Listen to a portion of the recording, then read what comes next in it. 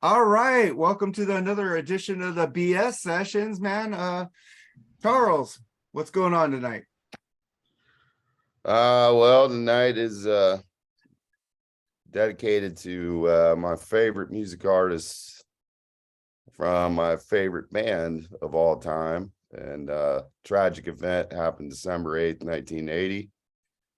Dedication to John Lennon's life. I'd rather focus on his life, and his life was his music. So tonight we're gonna pick our favorite John Lennon solo works. So should be fun. You're here. Yep.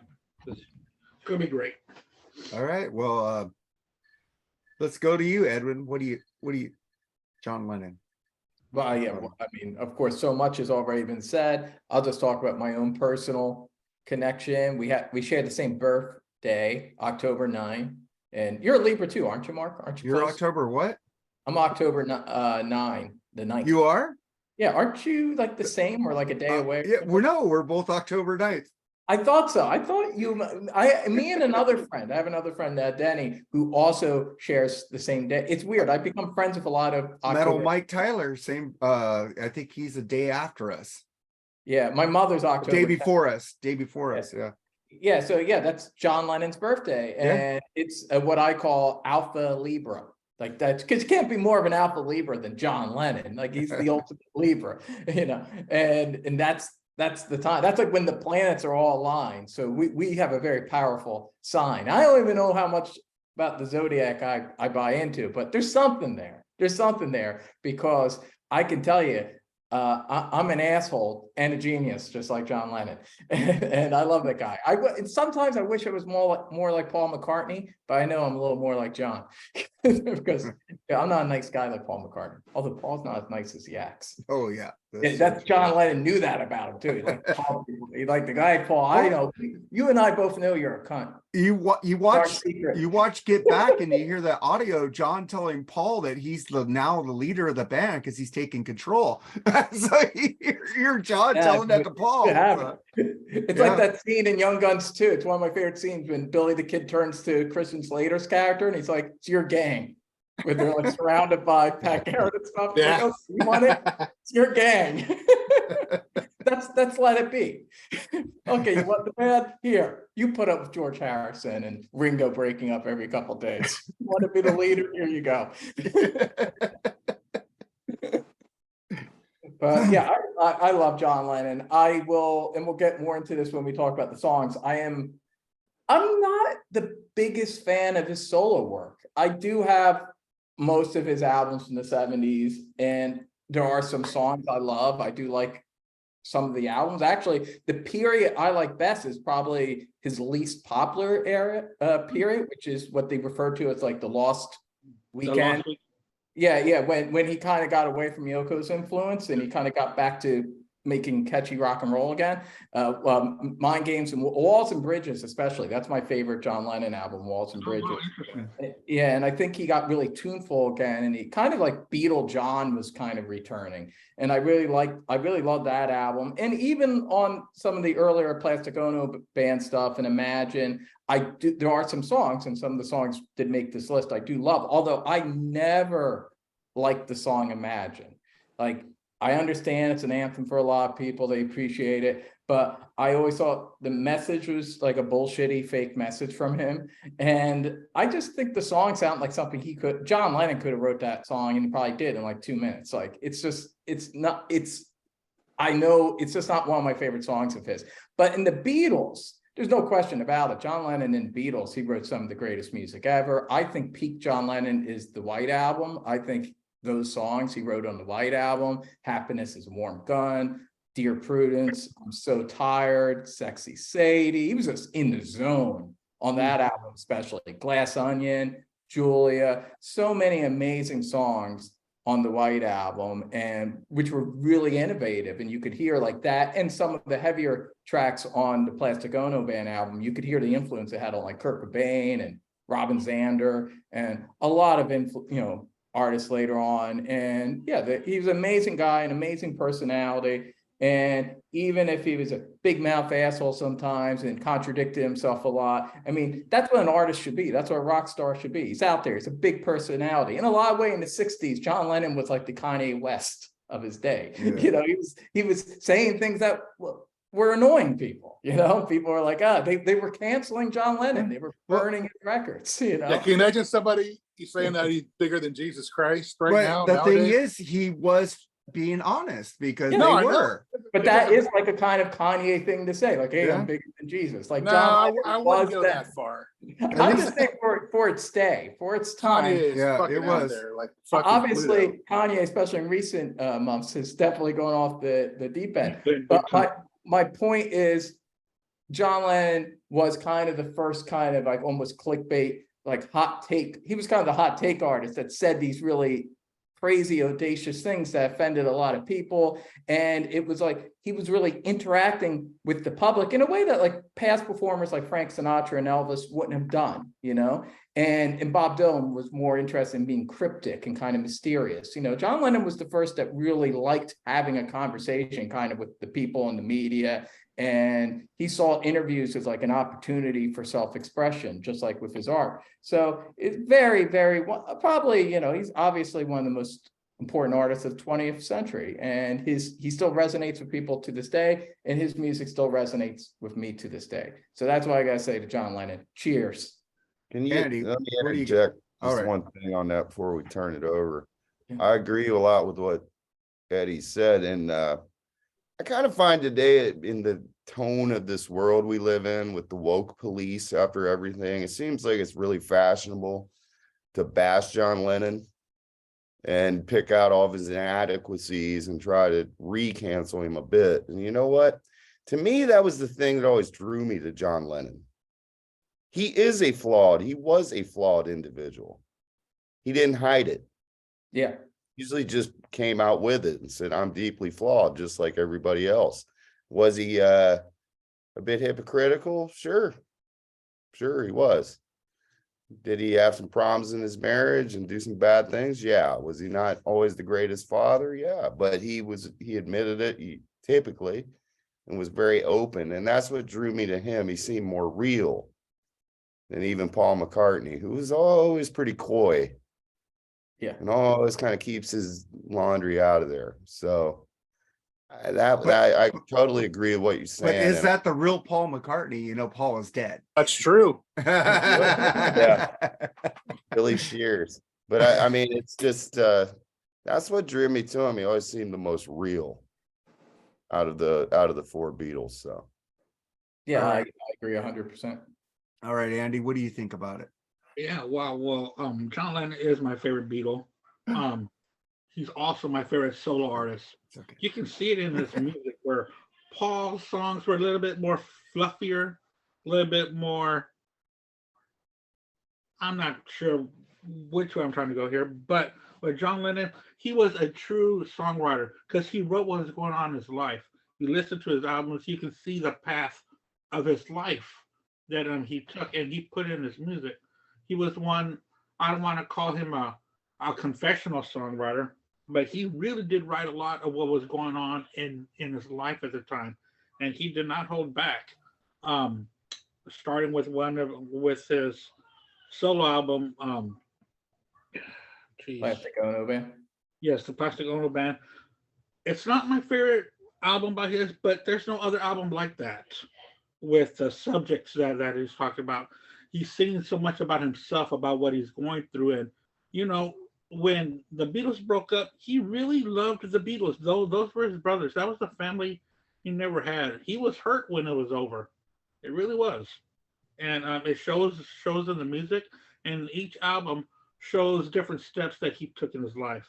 So that's why he's my favorite songwriter and my favorite Beatle is. And also, he did my favorite Beatles songs were by John. So that's how I feel about John Lennon. I've been to the Dakota once, and it's a very eerie feeling to be standing there at the Dakota. You know, it just seems like John Lennon and the Beatles, they've been a part of my life even before I can remember. you know, you start to have this memory, and you're already starting to hear these people's names, you know, whether your family members or just music in general. So it seems like John Lennon has always been a part of my life somehow, some way. So I'm so glad that Charles came up with this idea to do it on December the 8th, and to really talk about his music and what he's given to us, and continues to give to us. So this show is for John Lennon, and I'm so proud to be a part of it. You're here. Yeah, it's awesome. Jerry. I was never a Beatles fan until I was in my 30s, but I grew up in the mid 80s, Sure. you know, with Double Fantasy and then the how do you say it? I always fuck up that word, posthumously, whatever. What was that? Milk and Honey? Posthumously or something. Hey, I never fucking, I'm gonna say after he died album. I should say that next time. But yeah, and those, you know, like, you know, Wheels Go Round and Round, Starting Over. Those are the songs that I really first started noticing John Lennon, you know, about. And eventually I grew on to like the Beatles. And he's not my favorite Beatle. We know who my favorite Beatle is, but you can't deny the impact John Lennon had on pop culture and music, man, in general. I mean, till this day, his songs still have words that matter today. And that's pretty fucking impressive in my books, man.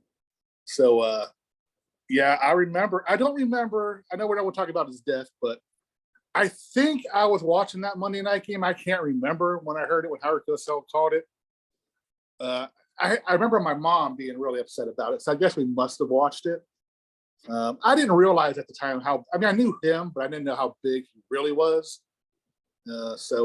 Yeah, you know, what a perfect night and a perfect pick, Charles, dude. I mean, it's, you know, celebrate his music. It's great music. Don't get me wrong. I like George better, but you cannot deny, you know, John Lennon's place in music history, man. One of the best.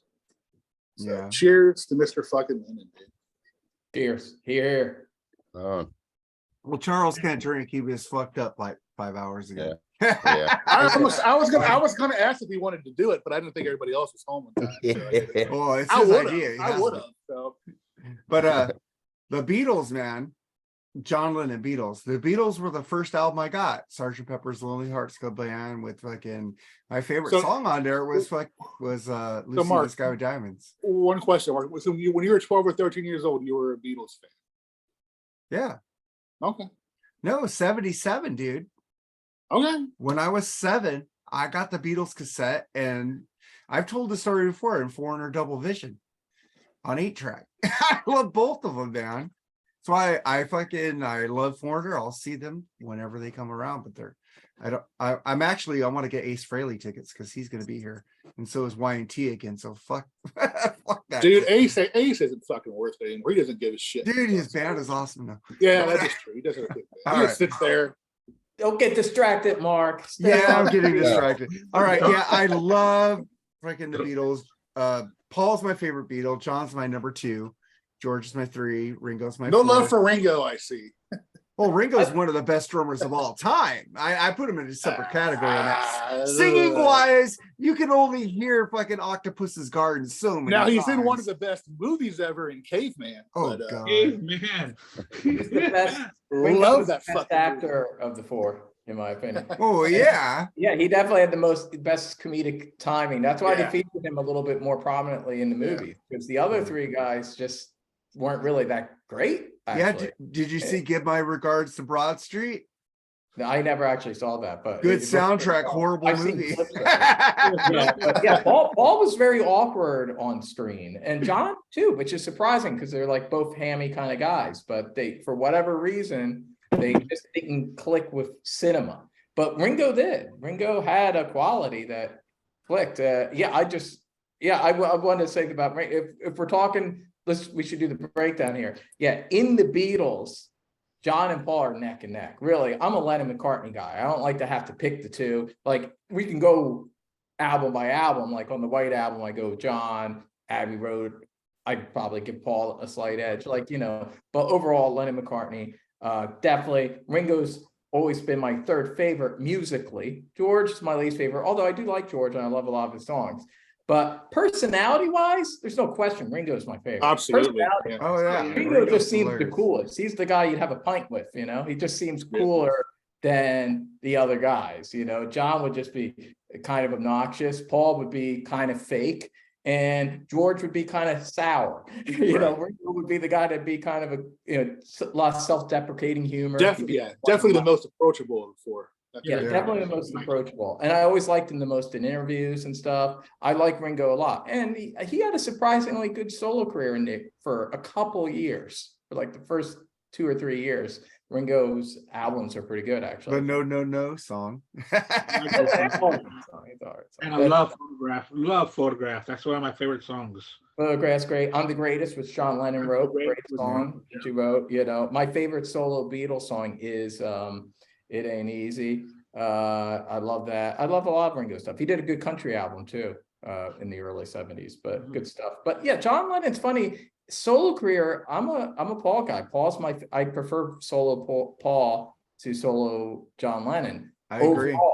Yeah, I think that Ram, Band on the Run, Venus and Mars. I think he's more consistent throughout the 70s.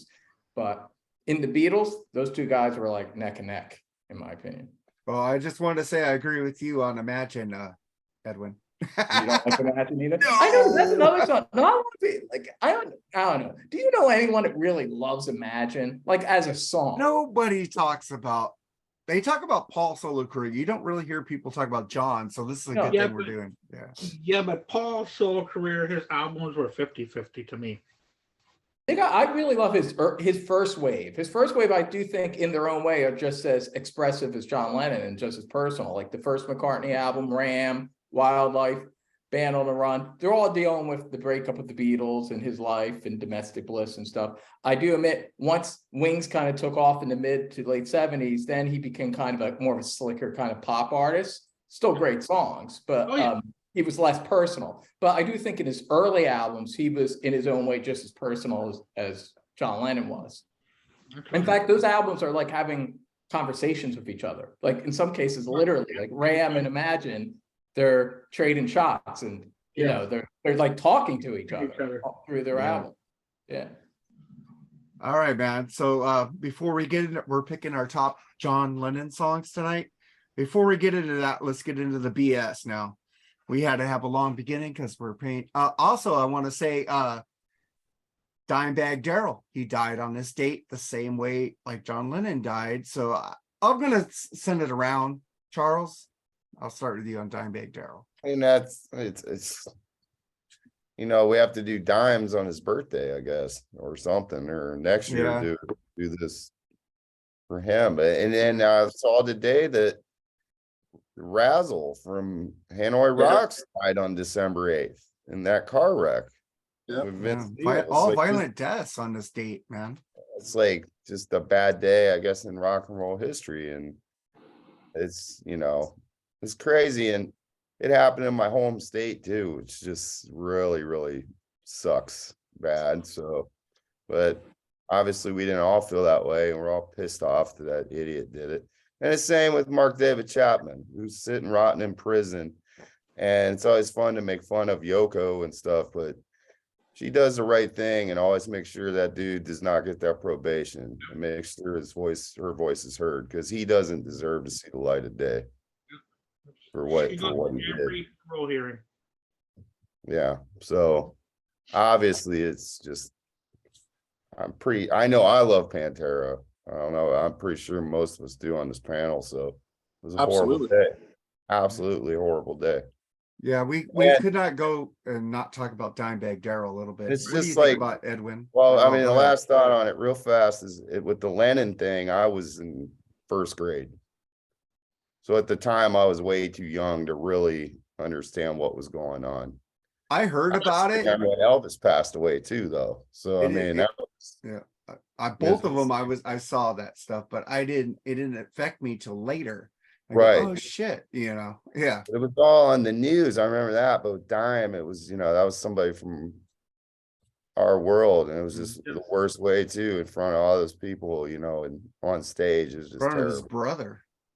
Horrible. Yeah, just horrible. And imagine being at that show, people actually being at that show, it's It's horrible. Yeah. They still don't pat people down worth of shit to get into these shows. They really don't, man. I mean, I'll be honest, not to sound like morbid, I'm surprised it doesn't happen more. exactly. I've already Considering seen how fucking crazy people are. Exactly. I'm just surprised. Shit, I'm seeing Cheap Trick in the Desert tomorrow on Saturday. Fuck. And then Wasp at Armored Saint on Sunday. Fuck, it's a busy weekend. Don't get distracted, Mark. I don't. I'm just going to Edwin. Mark always gets distracted by the shows he see. Well, fuck, know, it's you're rock excited. and roll, man. Edwin, what do you think about? Even more so than what Charles was saying, because I'm even a little bit younger. I was just 2 when John Lennon died, so I don't remember. You know, I was 9. yeah. So I mean, I literally don't remember. I don't remember much. I do have some of my first memories in 1980, but that's not one of them. I don't remember that. I just as in terms of like when the Beatles entered my consciousness, like around 3 or 4, John Lennon was already dead. Like he was already, he was the deceased member of the band. So that's how I was kind of introduced to the Beatles. So obviously that didn't have quite the same emotional impact. Dimebag, at the time, I was not a huge Pantera fan. I became a Pantera fan actually, I would say about 10 years ago. So it was a little bit after. So I was more of a casual fan, and I respected him as a guitarist. You know, I heard like the guitar solo and like Floods and things like that. Like I knew it was amazing guitars, and I always liked what I heard from Pantera, but for whatever reason, I just didn't really do the deep dive until maybe about 10 years ago. And then I became a huge fan. And then retroactively, I looked back and was just like, oh yeah, that was really fucked up what happened and really sad. And, you could just tell the guy, not just was he an amazing guitarist, but he seemed to be like a lover of life. He was a good old boy, that guy, he just always seemed happy. He was always smiling. He always had this big, toothy grin. And he just seemed like he was the type of guy, he would have been a cool old man, like he would have been up there, gray hair, smiling and rocking out. And that's what's really sad, and you could, and then, and his brother, both the Abbotts, definitely. Yeah, Nice but guys. obviously now it's shocking because he wasn't shot on stage, but still just sad because, you could just see Dimebag was the type of guy that lit up a room. Everyone that knew him loved him. He just seemed like a lovable guy, just comes out. And also one of the greatest guitars, especially of the 90s, there's no question about it. That was a period where famously guitar solos weren't so hip anymore, and God, even Metallica, poor Kirk Hammett, James Hetfield, and Lars Ulrich are telling him to stop playing the guitar solos, you can see Kirk Hammett's like dying inside, and it's sad, where it's like, what Dimebag was still doing that shit. He was still showing off and he was keeping it alive. Him and Zakk Wylde, we're still kind of keeping the guitar solo alive in the 90s, and that's an important thing. And took it to the next level. He kept evolving the art, the guitar, you could hear the influence from Eddie Van Halen, George Lynch, Randy Rhoads, and he kind of took it to yet another level. Amazing guitars, and just seemed like a really cool, awesome guy. So very sad, of course, very tragic what happened. And I'm glad that I eventually got into the music and became a big Pantera fan, because they're awesome. One of the best bands from the 90s, no question about it. Andy?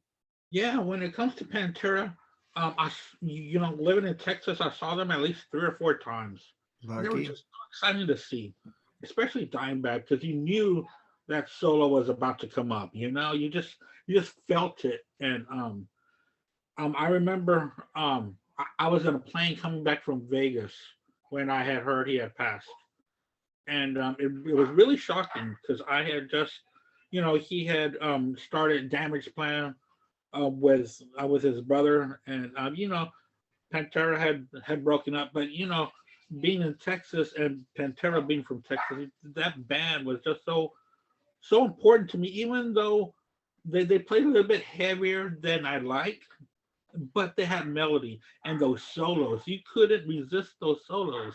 That's what separated them from the other heavy bands of that era.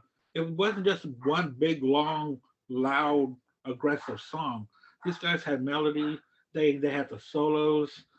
It was just a great band. And Al and I it was Al, I, and Toomey and Rob Rowe. We did I saw that and I was going, shit, you had Toomey?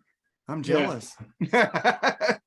And we ranked our favorite Pantera albums, and man, it was just a fun thing to do. And I'm not saying I'm the biggest fan, but I do love their music a lot. And I was so glad that I was able to see them in their you know, Pantera. And I've also seen Down at least 3 times as well. So I really enjoy their music, and it's a sad day that both Lennon and Mr. Abbott passed away on this day from senseless assassination type deaths. These two guys were doing nothing. John Lennon was walking home, and Dimebag Darrell was working. Yeah. It's a shame. So they weren't putting themselves in harm's way at all, and this happened, and it's just something that on this date that we reminisce about, because these two were very important to us in our world of rock and roll. Jerry? I had a friend who used to fucking joke with me all the time, and he found out before I did, and I'm like, no, you're fucking full of shit, dude. Then I found out, man, I was like, wow, how often does that happen, And Edwin nailed it as far as, him and Zach keeping the solos alive in music in the 90s. I never realized that, but it's true what you just said. I mean, guitar solos were almost dead at that point in the 90s, and they kept it alive. I do know 2 friends that have met both Abbotts, and they said they were the nicest fucking people on the planet. They said Phil was kind of a jerk. He was really kind of standoffish a little bit. The other 2 were, the Abbott brothers were cool as fuck. Wouldn't seem like they were in a hurry to leave or anything like that. So it's on their talent level, what a fucking loss, man. I mean, think of people like Randy Rhoads, what we could have heard if he wouldn't died in that plane crash the last 40 years, and what we couldn't heard from Dime in the last, couple of years. Total fucking loss, man, of talent. And I just want to fucking put a cheers to you guys, man, both the Abbotts, man. Yeah. Buried in their Kiss coffins. So, well, Dime is buried with Eddie Van Halen's yellow guitar. Eddie gave it to him. Put it in there, right? Exactly. Yeah, that's fucking cool, because that was his favorite guitarist. But Pantera, man, I was into Pantera, but then I wasn't into Pantera. So when Dimebag Darrell died, I was like, I wasn't into them at that time. Again, I got back into them later. So it was like off and on, because I was really stoned in the 90s, to tell you the truth. So I didn't know what the fuck was going on. The whole 90s, from 90 to 2000. Oh, no. When I left In-N-Out Burger in 93, I was fucking wasted. Watching my grandma at Alzheimer's. So it was fucking pretty trippy. But I gave up on life then, dude. If I had a time machine, I would probably exploit time travel to go back to that In-N-Out Burger. Just to fuck with it. It'd be fun. the fame out of all the places to time travel, of all the places I go, ooh, can I resist going to that In-N-Out Burger in like 89 and fucking 89, what was that, 86? I might have been working in this. I was cleaning up when I first started there at 5:30 in the morning, and I fucking quit high school. I just went to freaking home studies just to get my teacher to sign my fucking work print. And so turned 18 to go, fuck you. And I got my diploma like 4 years ago. But I'm just saying. I'm gonna say, Mark, I'm gonna get behind you, see you in the kitchen. I'm gonna say, hey, Mark, I'm from the future, and I'm here to tell you that in a year or 2, loving Rush and Star Trek is gonna get you so laid. All women are gonna love guys that are in the Rush and Star Trek. So lean into it.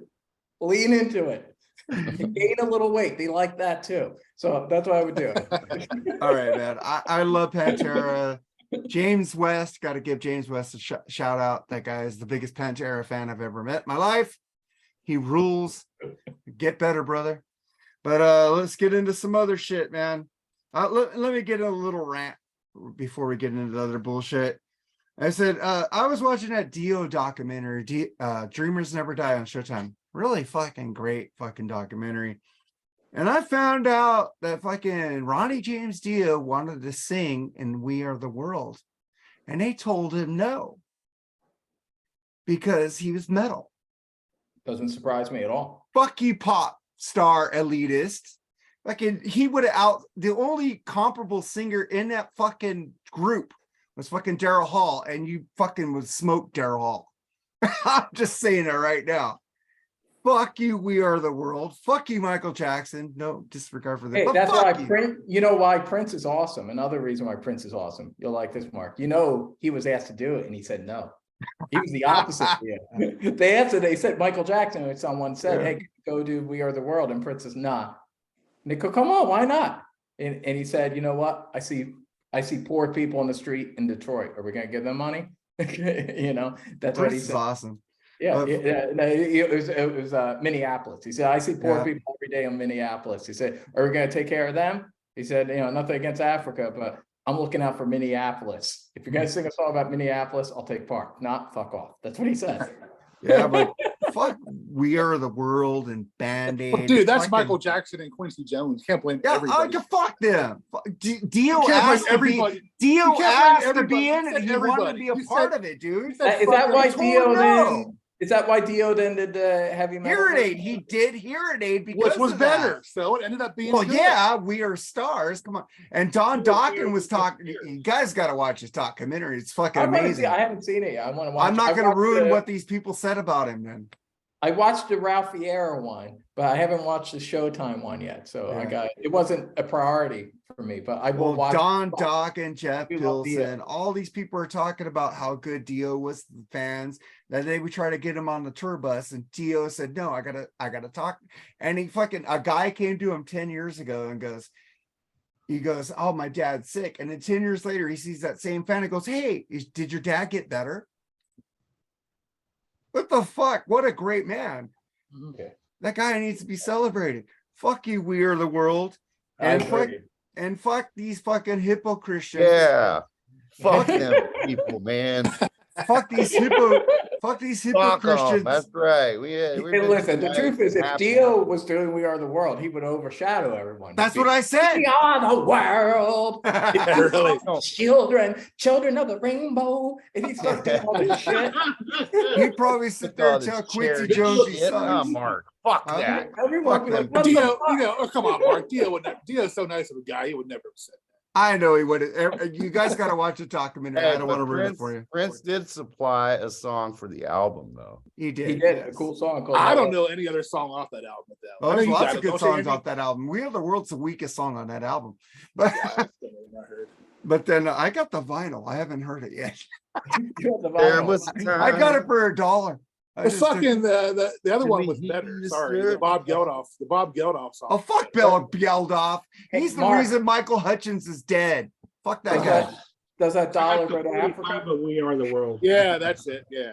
All right, but that song was better. It was. I still have more rant. Let me finish my rant. Except for you two, the Bono's line. That was pretty cruel and fucking. Oh, dude, that line.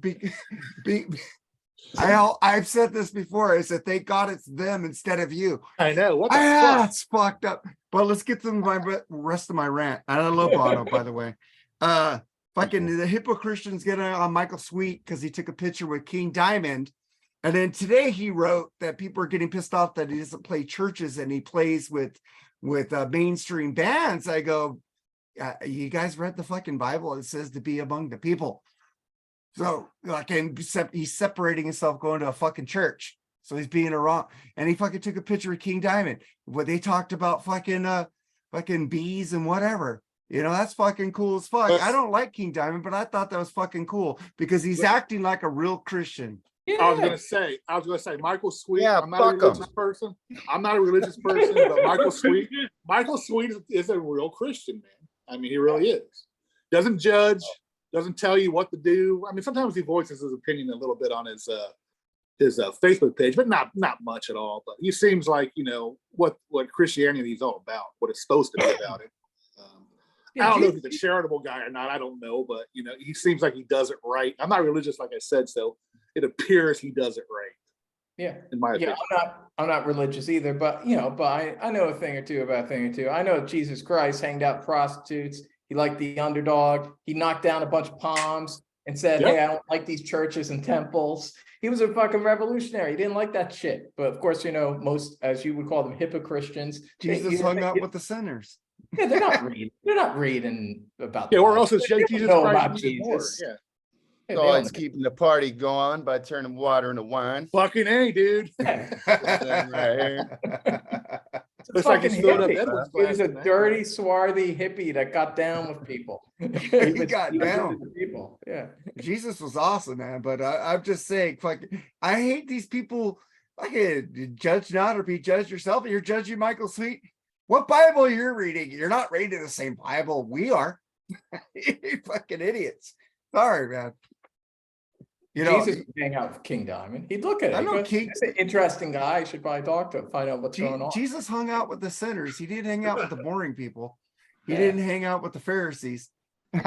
So let's get to some. Aerosmith just canceled the rest of their tour in Vegas. Their thing. I'm gonna hit it with you first, Edwin.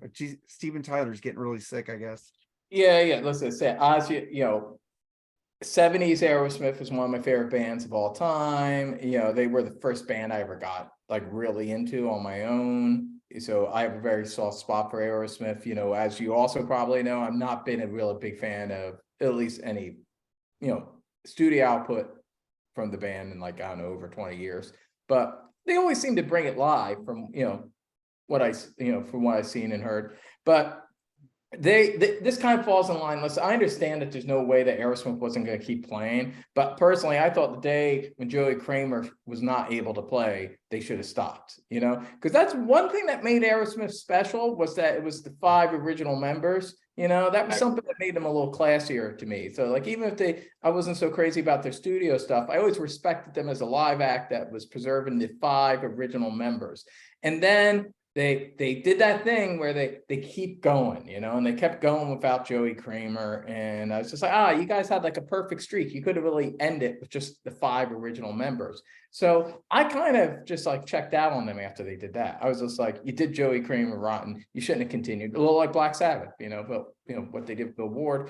But even that band, they had been through so many different lineup changes and stuff that I don't know, to me, it was worse with Aerosmith. To me, there was especially starting from the comeback years, from Dumb with Mirrors on, those guys, it was always those 5 guys. So to me, and you just have a couple years left. Why go out that way? It's like Fleetwood Mac, what they did with Lindsey Buckingham. Why do all this shit when you're so close to the end?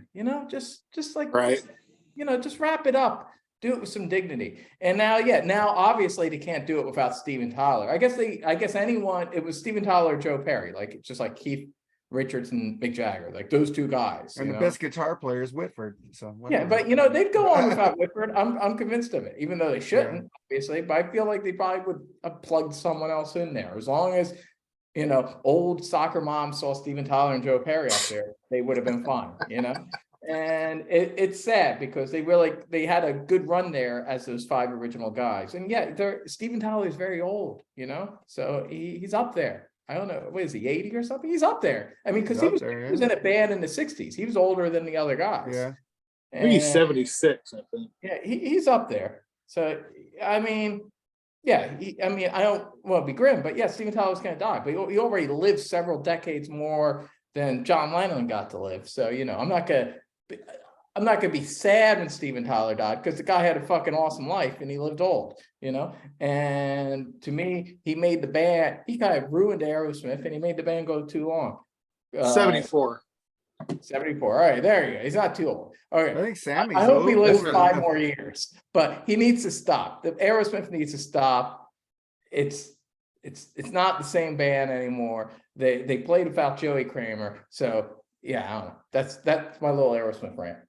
What about you, Andy? They're getting up there.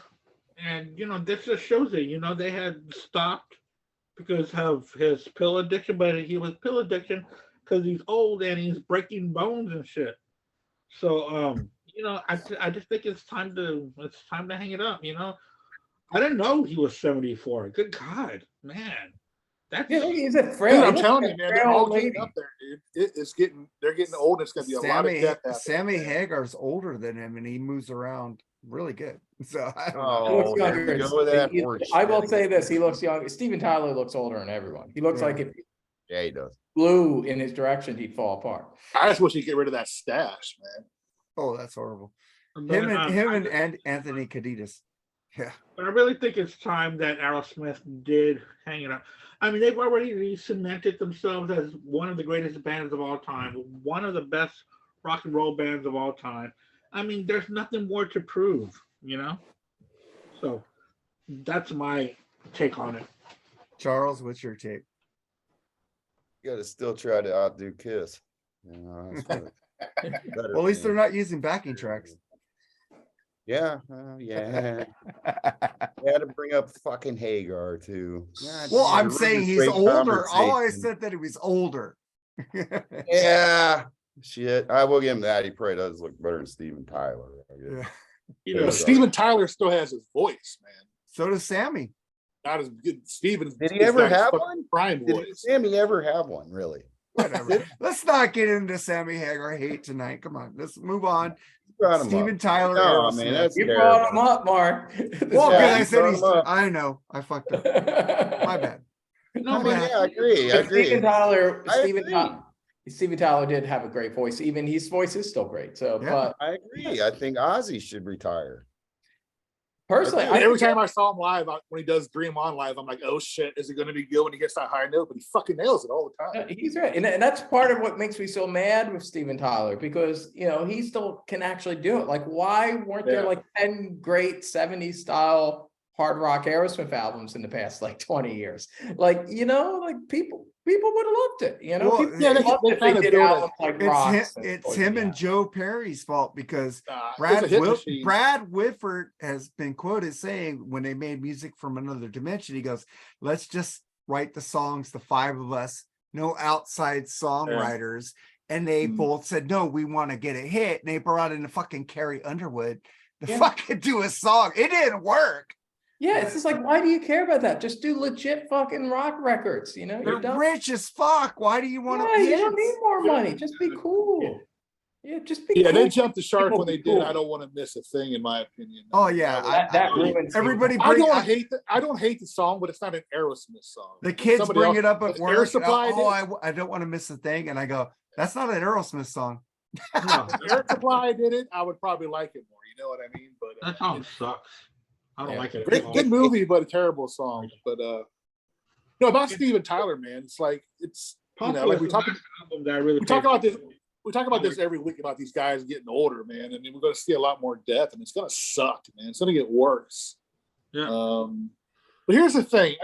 I used to rag on Paul Stanley and all those guys. Yeah, they don't have the tools anymore, but you do something your whole life. It's hard to give up, man. You know what I mean?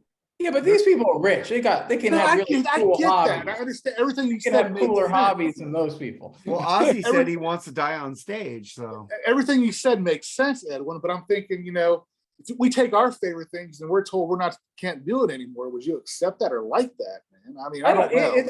I'll say this: like, I didn't like Soul. What was it called? Soul System, Soul Station. Yeah. I like Station, Soul Station. Stool This is Station. what I'll say about Stool Soul Station.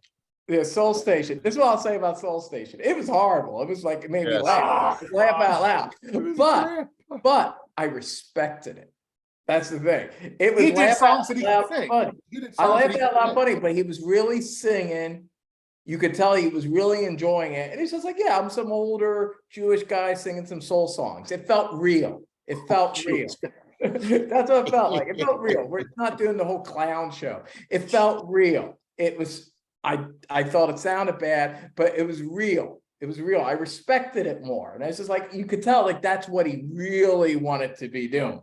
And it's when Gene Simmons plays with his own band, and they go up there, it's more, and he's not wearing the makeup and stuff. It's more legit, it's more legit. Okay, fair enough. Yeah, I think they're bored of Kiss. Kiss is just a paycheck. That's just a paycheck for them. You could tell they can't. Paul don't want to be up there as old guys dressed up like fucking clowns. They rather just be in a small club playing the kind of music they really like. Yeah, People like to be Yeah, Well, it pisses me off. like What pisses playing me off classic about rock, this? and you know, and Paul Stanley wants to be Michael Bolton. You know, that's what they want to do. Let them do that. Let them do that. But they stop. But they get greedy. That's the problem. It's just like, you know. But how many fucking? I mean, you paid. Surely they paid off their mortgages in Bel Air. I would think. But you know, I know taxes are very high in California though. Oh. So, Is that why you haven't come back yet? Taxes out there are fucking. I love. You want a list? Oh no, I know why you don't want to come back, so I'm not going to say it on here. You don't live in LA. I live in California. I know it. I don't like to go to LA. Nuts out there. You guys have gone nuts out there. I don't like going to LA. I only do when I have to. But I love California. There's a show. I love California. It's a beautiful state. I love California. Beautiful state. It needs to be ran better, but it's yeah. Good thank state. you. Yeah. No, people are stupid. But political. So. yeah, I like freaking Steven Tyler. It's sad I had tickets for them in this tour they just canceled in Vegas in July. I've seen him so many times, so I haven't seen him since the Pump Tour, so I would like to see him one last time for the I would have got tickets in December 11th, but now they canceled it, so I would have been canceled on twice. That would have fucking sucked. But let's see. Journey is hiring a manager to keep the peace between Kane and Sean. I'm going to start with you, Andy, this time. Okay, well, I mean, we've already talked about this several times, and every week there seems something new. So now they've hired a new manager, right? Is that what we're talking about? New manager? They hired a manager. Because it was Sean and Sean's wife running the band, so it seems like they're going to try to keep peace if there's a third party involved now. Right. So, you know, again, they were airing their dirty laundry that they had to hire an adult to take care of these two so-called adults. You know, and it's just, you know, it's one thing after another, and that's all I have to say about that. I just want them to go out there and play some music.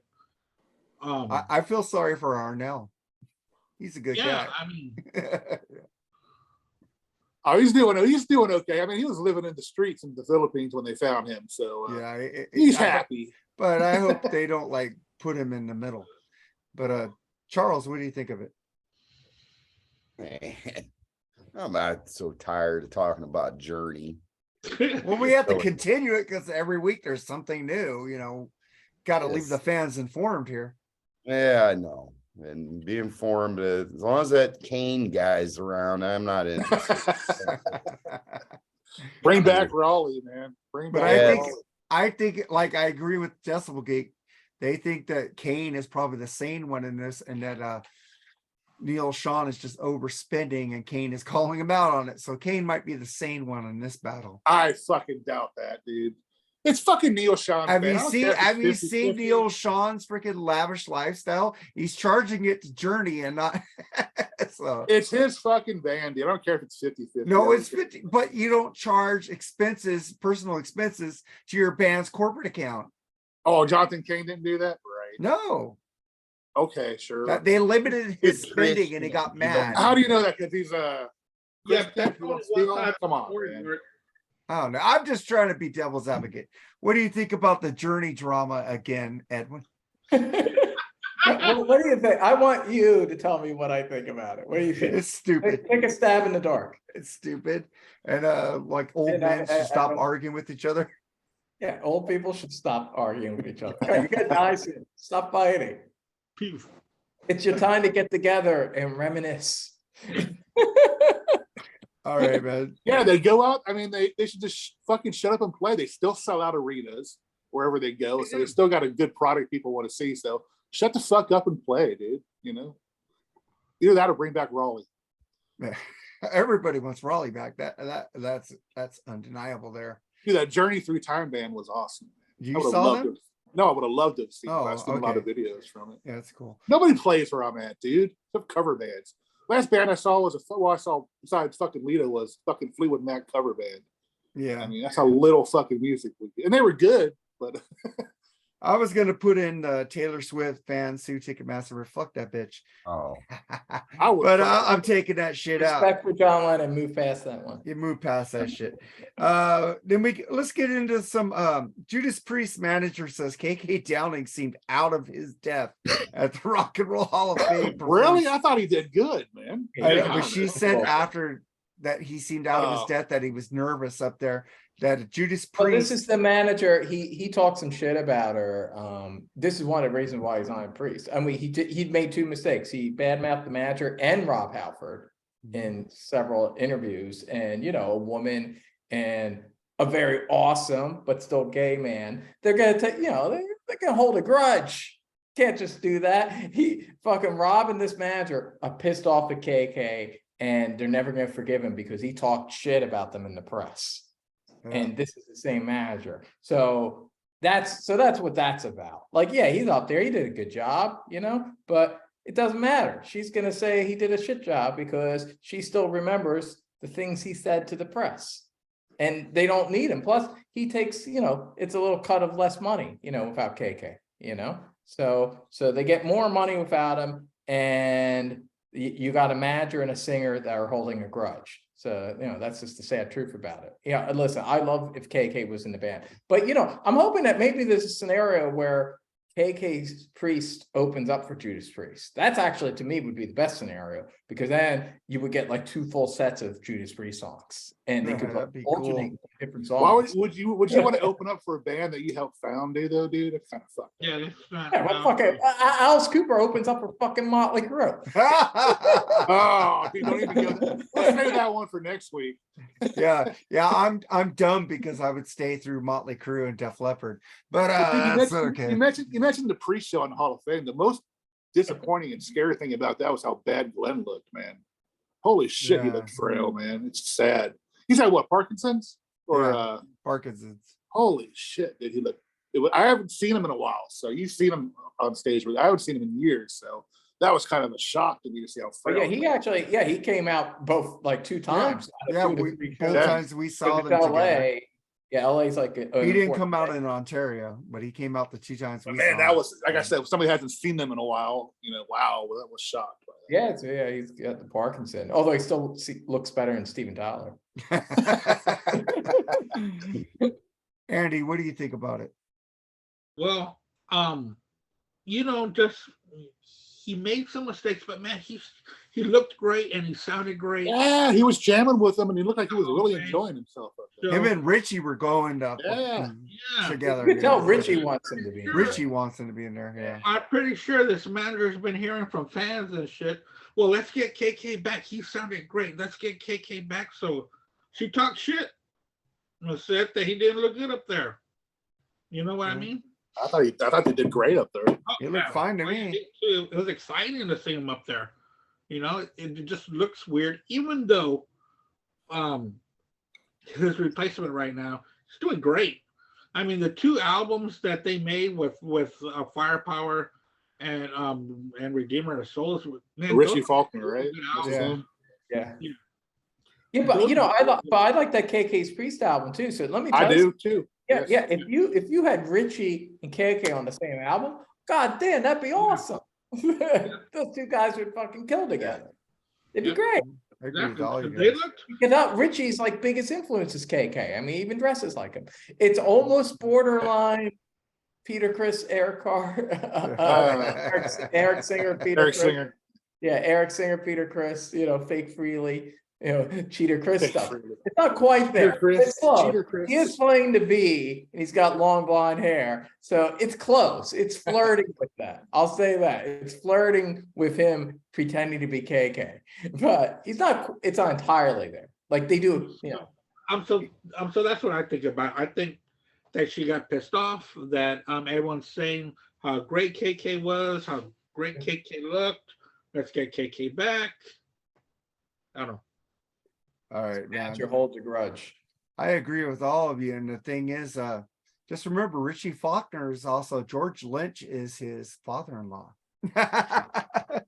You guys didn't know that. George Lynch is his father-in-law, so he's got some good shit going around, man. Yeah, it's a sexy wife, a cool father-in-law. It's pretty. I know, man. I would like to have. Life is the good. problem is the guy's got a heart that might stop at any second. Ooh. Yeah, Well, but his life's so awesome that it's giving him a heart attack. Yeah, and then let's get to some deaths real quick. Jim Stewart died as co-founder of Stax Records. He was 92. Kirstie Alley died, star of Cheers and Star Trek II, at 71. And Hall of Fame referee Mills Lane dead at 85. Let's start with you, Edwin. Well, as you know, I just had that post about Kirstie Alley. Of course, last week it was Christine McVie. This week, Kirstie Alley. I'm a huge Cheers fan. Cheers is my comfort show. You know, we all have a kind of a comfort show. Like there was a period when it was on Netflix, not on Netflix anymore, but it was on Netflix for a while, where that and Frasier were when I'm too drunk to really watch anything coherently. Like I'd come home from the bar, I'd be with my ex, and I'd be in the bed, and like I'm not ready to go to sleep, but I'm not coherent enough to watch something with a narrative I need to follow. So Cheers is perfect because I've seen like every episode of Cheers like at least 10 times each. So I would just watch Cheers. When I was a kid, I loved Cheers. It's funny because I was just a kid, but there was something about middle-aged people hanging around a bar that I connected with, even as a kid. Old Norm. Norm like rules, man. That's what it's like to be an adult. And then I grew up and became an adult kind of like that. So, but it was like, I remember like as a kid, I ran that moment when Kirstie Alley came on. I had already noticed her not in both Star Trek II, and also she was in the North and South miniseries. I don't know if any of you remember that. Was she in that one, really? Did she do summer school after? That's the Patrick Cheers? Swayze. That's afterwards. Summer school was like during Cheers, late 80s. Okay, yeah. Yeah, okay, I got you. Yeah, But she had like a summer break or something. She did summer school. But yeah, she was in the North and South miniseries. And I was very taken by her. You know, she was very attractive. Very attractive. For the first couple of years, you know, she gained weight, but for the first like 2 seasons of Cheers, she was very sexy. I liked her character a lot. I loved that it was very smart that they weren't just replacing Shelley Long with just like another person like Diane. It was very smart. Kind of like what they did with Woody Harrelson and Coach, you know, seamless transition. Yeah, they made the Cheers. One of the reasons why that show lasted so long was great casting instincts.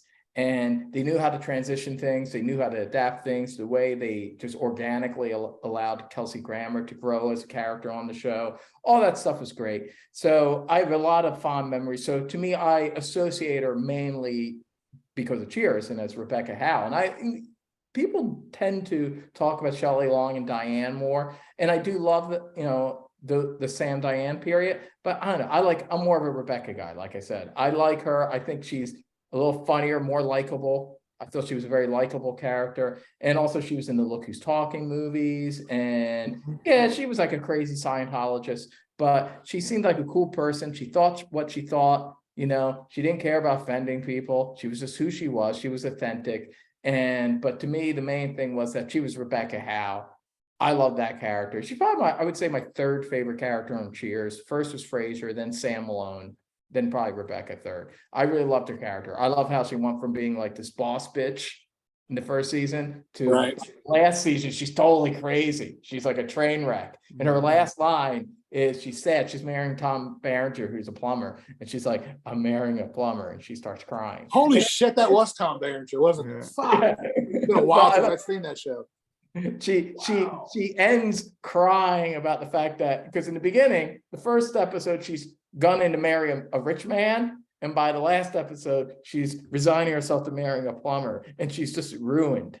That's it. That's the end. It's a sad, dark joke. And let me tell you, it says something about Kirstie Alley. There's not too many actors who would allow their character to be dragged through the mud as much as Rebecca Howe got dragged, and allowed to be kind of, even on their way out, it's like a punchline. It's a joke. It's making fun of their character at the end. And that just shows that she was a real sport, a real team player, a lot of humility. And that's what you got from her with Cheers. Like they got like Shelley Long, you could tell she was an egomaniac. She thought she was a star. That's why she left the show. Where Kirstie Alley, she's like, it's like Brian Johnson. She comes in, she does a great job replacing the person that was in before her, and then she's just a team player. She's a team player. She's a great ensemble actor, and I had a lot of respect for her. So, cheers to Kirstie Alley. So I had a lot to say about Kirstie Alley. I'm gonna drink this whole fucking bottle before the next. So Charles, thoughts? I mean, And all it's the just deaths more we of the just had. same, more of the same going on. And then, I mean, that Stax dude, he was like really old, but I mean, that's still sad. And that Stax record, that label was tremendous. And Mills Lane, man, the ref when Tyson bit that ear off. Let's get it on. He made a judge show, one of like 9 million, and celebrity death match. He made a whole living out of that deal, but he was one of the better referees in the history of boxing. So this man, I mean, we say this every week. Somebody's can we go a week? I know. I hope next He week was we have 95 though. I mean, he was 95. Gonna get worse. He was 85. 85. Next week it's gonna be Steven Tyler, knock on wood. Kitty's note. Oh, dude, come on. I shouldn't say that. I'm just saying, knock on wood. If it is, you're suspect, pal. Oh, fuck you. But it seems like when these stars get sick and you hear about it, the next week they're dead lately. Well, no, I didn't know Kirstie was sick, man. No, they didn't tell us about it, but when they do put it out there, it's like, oh, they're getting better. It's like all of a sudden, oh, wait, they died the next week. And I go, oh, fuck. It seems to happen that quick. Christine McVie, I saw a headline. I saw this headline. I'm not being glib about her death. I was a big fan, as you know. But the headline said that she had a minor illness a few days before and then died. Literally, the headline said that. And I was just like, where's a fucking minor illness? Obviously, she died. Yeah, really. It actually said minor illness. Minor illness. Yeah. Yeah, I'm guessing it wasn't a minor illness. No. She killed her. That's like the opposite of a minor illness. That's a major illness. Doesn't get more major than that. Yeah. Well, I'm gonna nerd out a little bit about Kirstie because I first saw her in Star Trek II: The Wrath of Khan. Yeah, baby. She was hot. She's the second. Yeah, I didn't like Vulcan. Robin Curtis taking her spot. She's the second hottest Vulcan in Star Didn't Trek. like that at all. Then I started watching her in Cheers, and he nailed it right about it. She was awesome in that role. If I could find fucking drinking buddies like Norman Cliff, I'd be at the bar every fucking night. I'm telling you, that was a great. Well, dude, if I lived next to you, we'd have our own bar. But man, we'd have liver disease in 2 weeks. But I'm curious because I know Leah Remini put out something. I didn't read it yet. What exactly she said? Because I know they're both Scientologists, and she left. Leah did. Yeah. I'm curious to see what she said. I just saw a headline about that. Beautiful woman. Fucking colon cancer, man. Damn, it's getting to be one of the major causes of cancer deaths in the nation now. I need to get one done, but man, I'm fucking afraid, dude. Dude, they send me a shit test where if I can put my shit on a stick and send it to them, they say I'm good. Well, he gets to collect. He gets that job of collecting that crack. Literally. I know that has to be one of the worst jobs ever. Let's test this guy's shit. Yeah. Oh, that's to do with the talking box on the commercial, right? I'm kind of wasted, so I don't know. Cola but anyway, yeah, that's it. But yeah, she was a beautiful woman and very, like you said, she pretty much said what she wanted to say. So I'm gonna give her one more cheer, guys. One more cheer. All right. Well, and the Stax guy, like you said, it was a great record. Like, he's 92, man. That's a good fucking life, dude. If I can make it to 92, I'll be happy. I don't think I will, but if I can make it to 92. Right on. So cheers to both of them, man. Yeah, cheers. Yeah, I Rebecca, dude, fucking Star Trek 2. And then Star Trek 3, the replacement Rebecca was horrible. She was okay. She wasn't beautiful. Like how Rebecca was cheers, dude. No, I mean, you know what I mean. Kirstie Alley, her replacement in Star Trek 3 was not. How drunk are we gonna be when we get to our favorite John Lennon? I'm already done drinking. Savick, man. All right. Savick. All right, Savick. Yeah, Lieutenant Savick. But Robin Curtis was the one in Star Trek 3, and a little bit in 4, who took her spot, which is horrible. So she was only in 4 for like 2 minutes. Will Robinson, too much Star Trek. All right, man. Andy, did you talk about the deaths we had? No, I did not. Kirstie Alley was a fantastic comedic actress.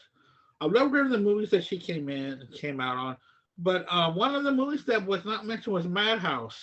Loved that movie with John Lennon. She was so Ooh, I funny. love That him. movie. It was great. But I was not a big fan of Shelley Long at all. So I didn't start paying attention to Cheers until Rebecca Howe came into the picture. You didn't like The Money Pit? Her Money only Pit good was movie? awesome. No. And Because Tom Caveman, Hanks. you like Caveman, don't you? Caveman was good. Oh, man. The Money Pit was awesome because I Tom love The Hanks Money Pit, carried her dude. ass. Shelley Long was a very talented comedic actress. She was, but Yeah, I'm not taking it away from her, but generally I thought Kirsty was more of a team player, yeah. and I found her character more likable. Well, Shelley played a great Carol Brady, man. She really did. but the thing is, freaking when you brought Frasier in as her fiance, Frasier kind of took that upper class fucking snob role better than she did. So they had to get rid of her, man, because Frasier That's the interesting thing, because I think the interesting thing is that Rebecca isn't really replacing Diane. No. Frasier Diane. And he does it better. He's more likable. Does it better. Yes. Yeah, he strikes that balance. Like he's intellectual, but yeah, he could still be scrappy and drink with the boys. Yeah. That's the difference between him and Diane. Yeah. All right, man. Well, I was going to talk about Bill Tench doesn't want to be a heartbreaker anymore. Play a show, which makes sense. But let's get into our list, man, because we're going a long time here. All right. So we have our top 11 favorite John Lennon songs. Can I ask one question? Why do we go with 11? Are we trying to be like Cheap Trick albums here? Why is it 11? Because everybody does 10. Spinal Tap, man. We don't want to be. Right. Okay, I get it. We want to be different. That's why we're the oddballs. All right. Tap can go to 11. Okay, Yeah, so I'm going to start with you, Jerry. What's your number 11? And I got to go take a piss. So you one of the first songs I ever learned spread on it around. guitar. One of the first songs I ever learned. First. Can I talk? Let Jerry talk, Mark. Oh no, I just want to hear your song. Go ahead. No, that's one of the first songs I ever learned on acoustic guitar. Working Class Hero off the Plastic Ono band. Great fucking tune, man. Nailed it right about fucking, different working classes. Yeah. Great song to fucking learn on acoustic. A minor, G, E minor, simple fucking chords. I love that album.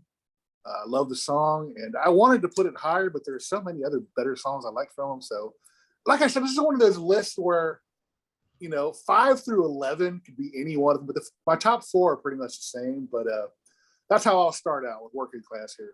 Good acoustic. When you did this song, did you sing along? Did you drop the F-bomb?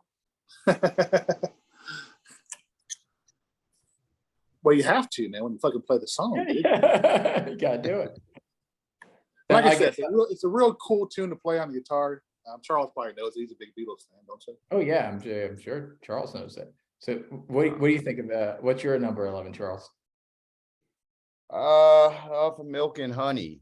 I actually prefer Milk and Honey a little bit over Double Fantasy myself. Nobody told me. Good song.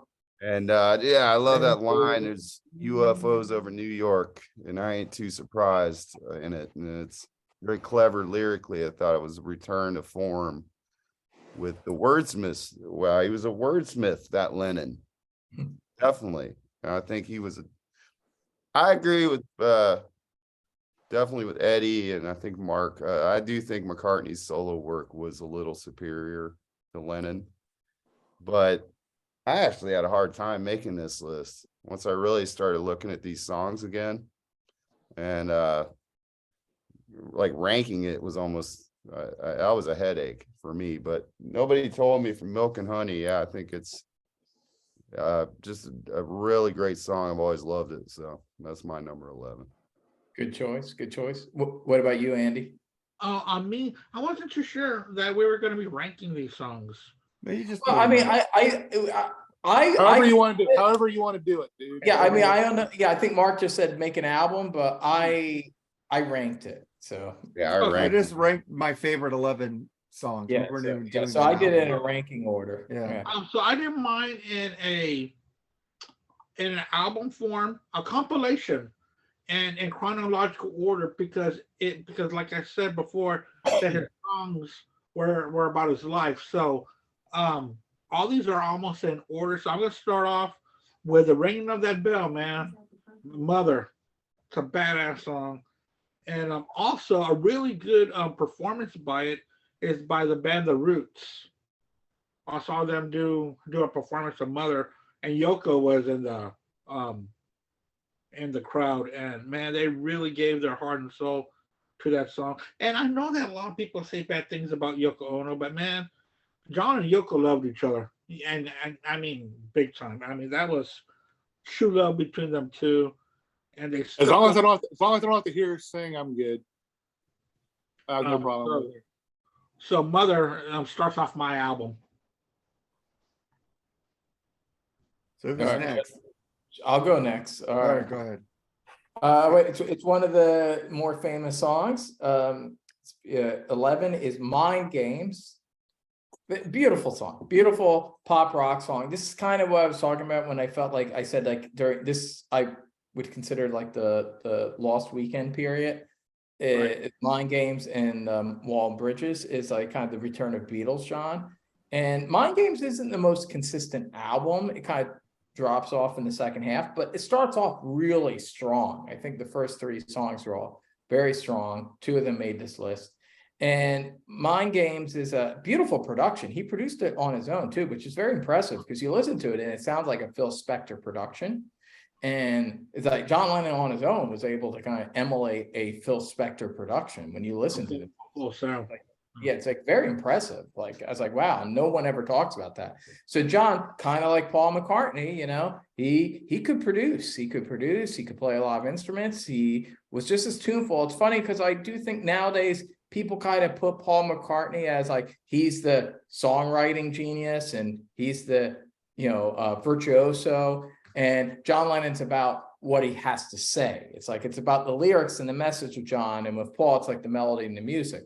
But John, I mean, there was a reason why they were a songwriting team. Like John could write amazing melodies, and in the early days of the Beatles, like Hard Day's Night and all that stuff, John was actually writing some of the most melodic stuff. John was knocking out beautiful melodies. You know, you think of things like If I, Fell and a lot of those ballads and like In My Life and things like that. Like John could write beautiful melodies.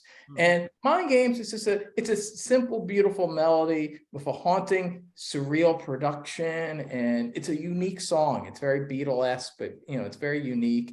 And I just find something about that song. And maybe, going through a crazy relationship, going through a divorce. He was going through a separation at the time. And it's kind of like the ultimate separation song. And I think it's a beautiful song that shows that there could be even romanticism in like being driven kind of crazy by your woman that you're split up with. But it's a beautiful song. I love Mind Games. So am I the last one? Everybody Yep. Okay, mine is I'm Losing You. I love the riffs on that fucking song. Fucking great rocker. Fucking great fucking emotion by John on it. Fucking that's my number 11. And then let's start with you again, Jerry. What's your number 10? My number 10 is Whatever Gets You Through the Night of Wall and Bridges with the great Elton John. Good catchy tune. Don't really know much about the background of the tune, but I really like it. So that's my number 10. So who went after Jerry? My turn, yeah. You go ahead. And I'm sorry, Jerry. That one's too Saturday Night Live. I know a lot of people think it's too Elton John and too theatric, but I love it. Yeah, I love it. It's that saxophone. There's something about that song. It sounds like the Saturday Night Live theme song. It definitely sounds more Elton John than it does John Lennon, but it sounds like John Lennon's saying, "When I get old, I'm going to go to Vegas." It sounds like mid-70s cocaine is what it sounds like. It sounded like he was listening to a lot of like 70s Elvis. Elton John did go number 1. That Elton John bet, Elton John bet John Lennon. It's catchy. It would go number 1, and it did. So John Lennon didn't think it would go number 1. Yeah, co-write on Fame too, but I didn't want to put a Dave Bowie song on here. But dude, think about it. John Lennon is that backs up my cocaine theory, though. John Lennon and Elton John did a song together. How fucking awesome is that? I mean, it's better than Kiki D and Elton John. You know what I mean? So, my number 10 is off my favorite Lennon album, which is the Plastic Ono Band album, which I think invented grunge music. Personally, I know they always say Neil Young, but I just think the sound of it was definitely inspirational to it, but maybe not. I mean, what the hell do I know? But I love the album. I just love it. It's a 3-piece group. And I Found Out. Just love the Good song. way the guitar plays along with the singing, and it just the groove to it. It's dirty, it's gritty. It's, to me, it's like, I wish Lennon would have went down that road a little more. He didn't stay in that realm. That was really the only time he did it. And then after that, he went back to kind of over the top production and all that stuff. This was just nitty gritty rock and roll. So wasn't some of the songs off that album like supposed to be Beatles song, or was it recorded around the same time as what they were doing Let It Be, or what? There was something about it. It was like right afterwards, but there's a hangover. So yeah, I'm sure there were a few, but yeah, I think a lot of those songs would have been deemed too personal, probably, by the other Beatles, and I think some of them were cut out or would have been pushed away for that. So they preferred, I guess, the story type songs that, you know, the I'm the Walrus-y kind of stuff or whatever. Because McCartney never really did a album like that until, what was it, Chaos and Creation in the Backyard is probably. I think you could say Wildlife is pretty influenced by the Plastic Ono album. It has its moment. Yeah, but I mean, it's just as far as not being as direct about himself, Oh yeah, well, yeah, lyrically, yeah, he's more of a storyteller. So, and John wasn't, and that whole Plastic Ono band is just, him just laying it out there. So I Found Out, it's a great song to me. Yeah, and that's so true about Plastic Ono Band album. There's no other album that sounds like that at all. None. It's fantastic. My next one's going to be Instant Karma, which was a single. I love that song. It's such an uplifting message, So my number 2 on side 1 is going to be Instant Karma. What a fucking chorus, man. Yeah. I mean, on that song, dude. Seriously, that's a great tune, man. You better recognize your brother, everyone you meet. Love that line. It's great. Yeah. My number 10 is exactly the same as Charles. I Found Out. So there you go. Like you said, the only thing I said, the same thing that you said about his whole solo career, like you wish he had more songs like that. I wish there were more songs like that on Plastic Ono Band, even because half of it is kind of like piano ballads. They're good, but it's like there are 2 songs. One's even higher on my list. It's probably on your list too. But there's like 2 songs in particular, like that are like proto grunge. They sound like Nirvana songs. One even more so, I think. But this song, I found out, like this sounds like you could release this in 1993, and it would have been like it would have been one of the heavier, more primal Nirvana songs. I found out it's just so heavy. The way it comes in with the sound of the guitar and John's voice, that snare. The fucking snare, it's punk rock, it's proto punk rock, it's proto grunge, and I love the sound. I love the 3-piece sound. Ringo fucking kills it on that album. Yeah. He's like amazing on that album. Of the drums, his drumming's amazing on Plastic Ono. Like this is like heavy metal punk rock drumming. Yeah. Klaus Foreman does a great job on bass. You could tell he was listening to Paul. He was listening to his buddy Paul and picking up how to do a cool melodic kind of bass line. He fills up a lot of the space, because John's just pretty much just doing rhythm. There's really not lead guitar on the album. But I love the sound. I love the sound of this song. It's really dirty sounding and mean, and it's like a mean, grungy blues rock song. And I love I Found Out. It fucking kicks ass. It's nihilistic. And yeah, it's like, I wish there were a lot more songs like this in John Lennon's solo career. Like he could have been the Nirvana of the 70s, but he went in a different direction. But it's a great fucking song. I love it. I agree with both of you. I picked I think it's off the same album, Remember? So it's like the lyrics, man. It's a good song. The lyrics of this song are kind of like Kurt Cobain could have covered this song. It's up his alley. So it's a sad song. Don't feel sorry about the way it's gone. Don't worry about what you've done. It's fucking pretty cool, man. I like that song. That was my number 10, and then we get to your number 9, Jerry. guys probably won't like this one either, but I don't care. I like it. Just because it features George on slide guitar. But Give Me Some Truth off Imagine. That was a great song. Love that fucking song, dude. I mean, actually, I think what's his name from Yes was the drummer on that one. Alan White. Alan White, yes. That's something that I never knew when I was getting into the Beatles, because I always thought that they hated each other. But it's amazing how much they show up on each other's solo albums, which is pretty cool, I love the Imagine album. I think it's my second favorite. I do love Imagine. That's coming up later. Of course, I know you guys don't like it. But that's my number 9. I think it's like you say, stuff was a lot of political shit at the time. But it's still good shit. And that's my number 9. So Charles, everybody participated on each other's bands albums but Paul's. Yeah, Paul did do something on Ringo. He did, but I mean, no one played on Paul's stuff. Yeah, not until he was old. Yeah. Huh. Wonder what's up with that. Well, my Paul number can 9. play all their parts. He doesn't need it. It's a bit of a diva, that. Well, I'm sure. Well, they were in a lawsuit against each other too.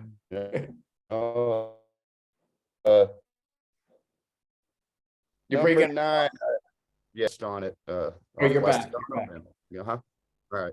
You broke up for a second, Charles. Yeah. So what's your number 9? My number 9 is off that Plastic Ono band. Just pure passion in this song, Mother. Just that screaming at, I mean, the death of his mother was a huge event in his life, big time. I mean, it drove him. They actually kind of formed that bond between Paul and John too, ironically, because they both went through similar things, and also brought his dad up in it too. And it's just, he was going through primal stream therapy at the time, and I think he used that technique on the song. And some people don't like it with all that, the screaming at the end, but I actually kind of liked Live in New York at the Madison Square Garden one. That's a great album. album. Better than the studio version myself, but I just think it's, again, you wouldn't hear McCartney he'll allude to things like that in his songs, but he wouldn't be direct like that. And to me, those type of songs reach me more than alluding, because I'm not all that smart. So just tell me what's on your mind. That's why I love Mother, number 9. My next track is also going to be from the Plastic Ono band, God. I love that song. He lists a lot of things, his laundry list, and then he ends it with "I don't believe in Beatles." He also says, I was the walrus, but now I'm John. The dream is over.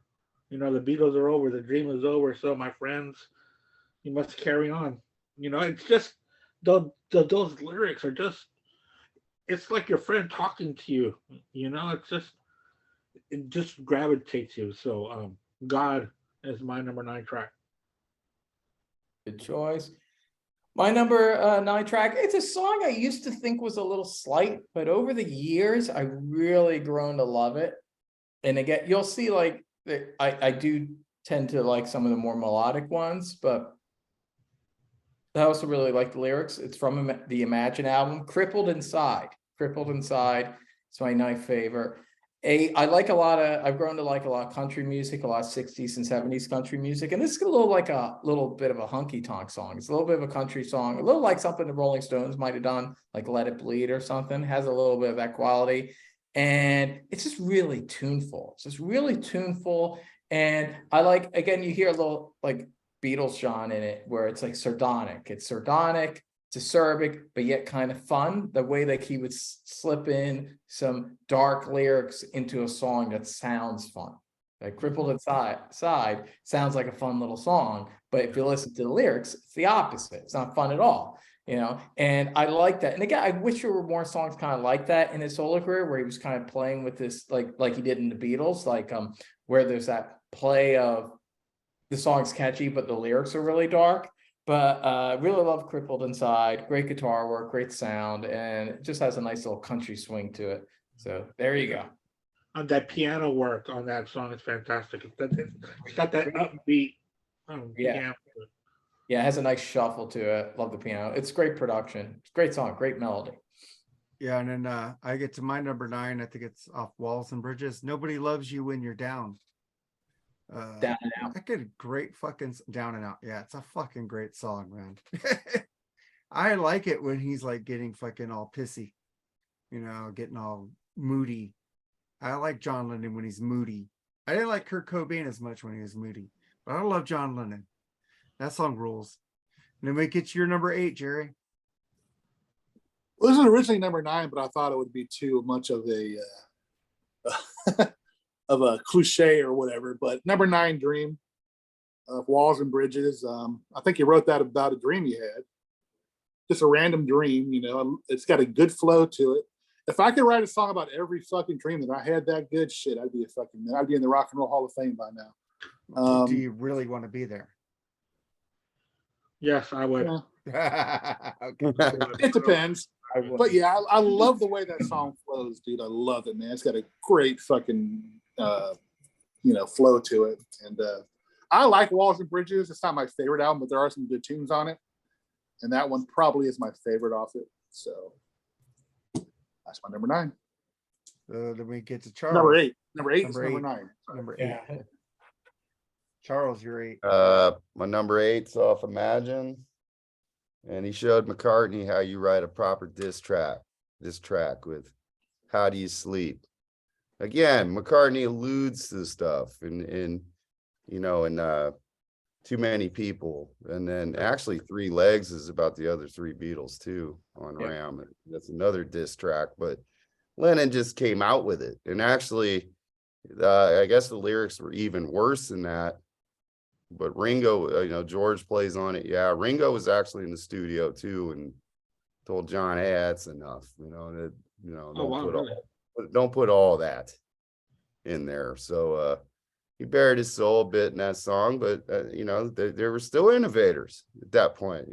I guess we pointed out before somebody else did this track before him or something. I don't know, but Paul and John perfected the diss tracks basically, and I just like How Do You Sleep is, I think, funny.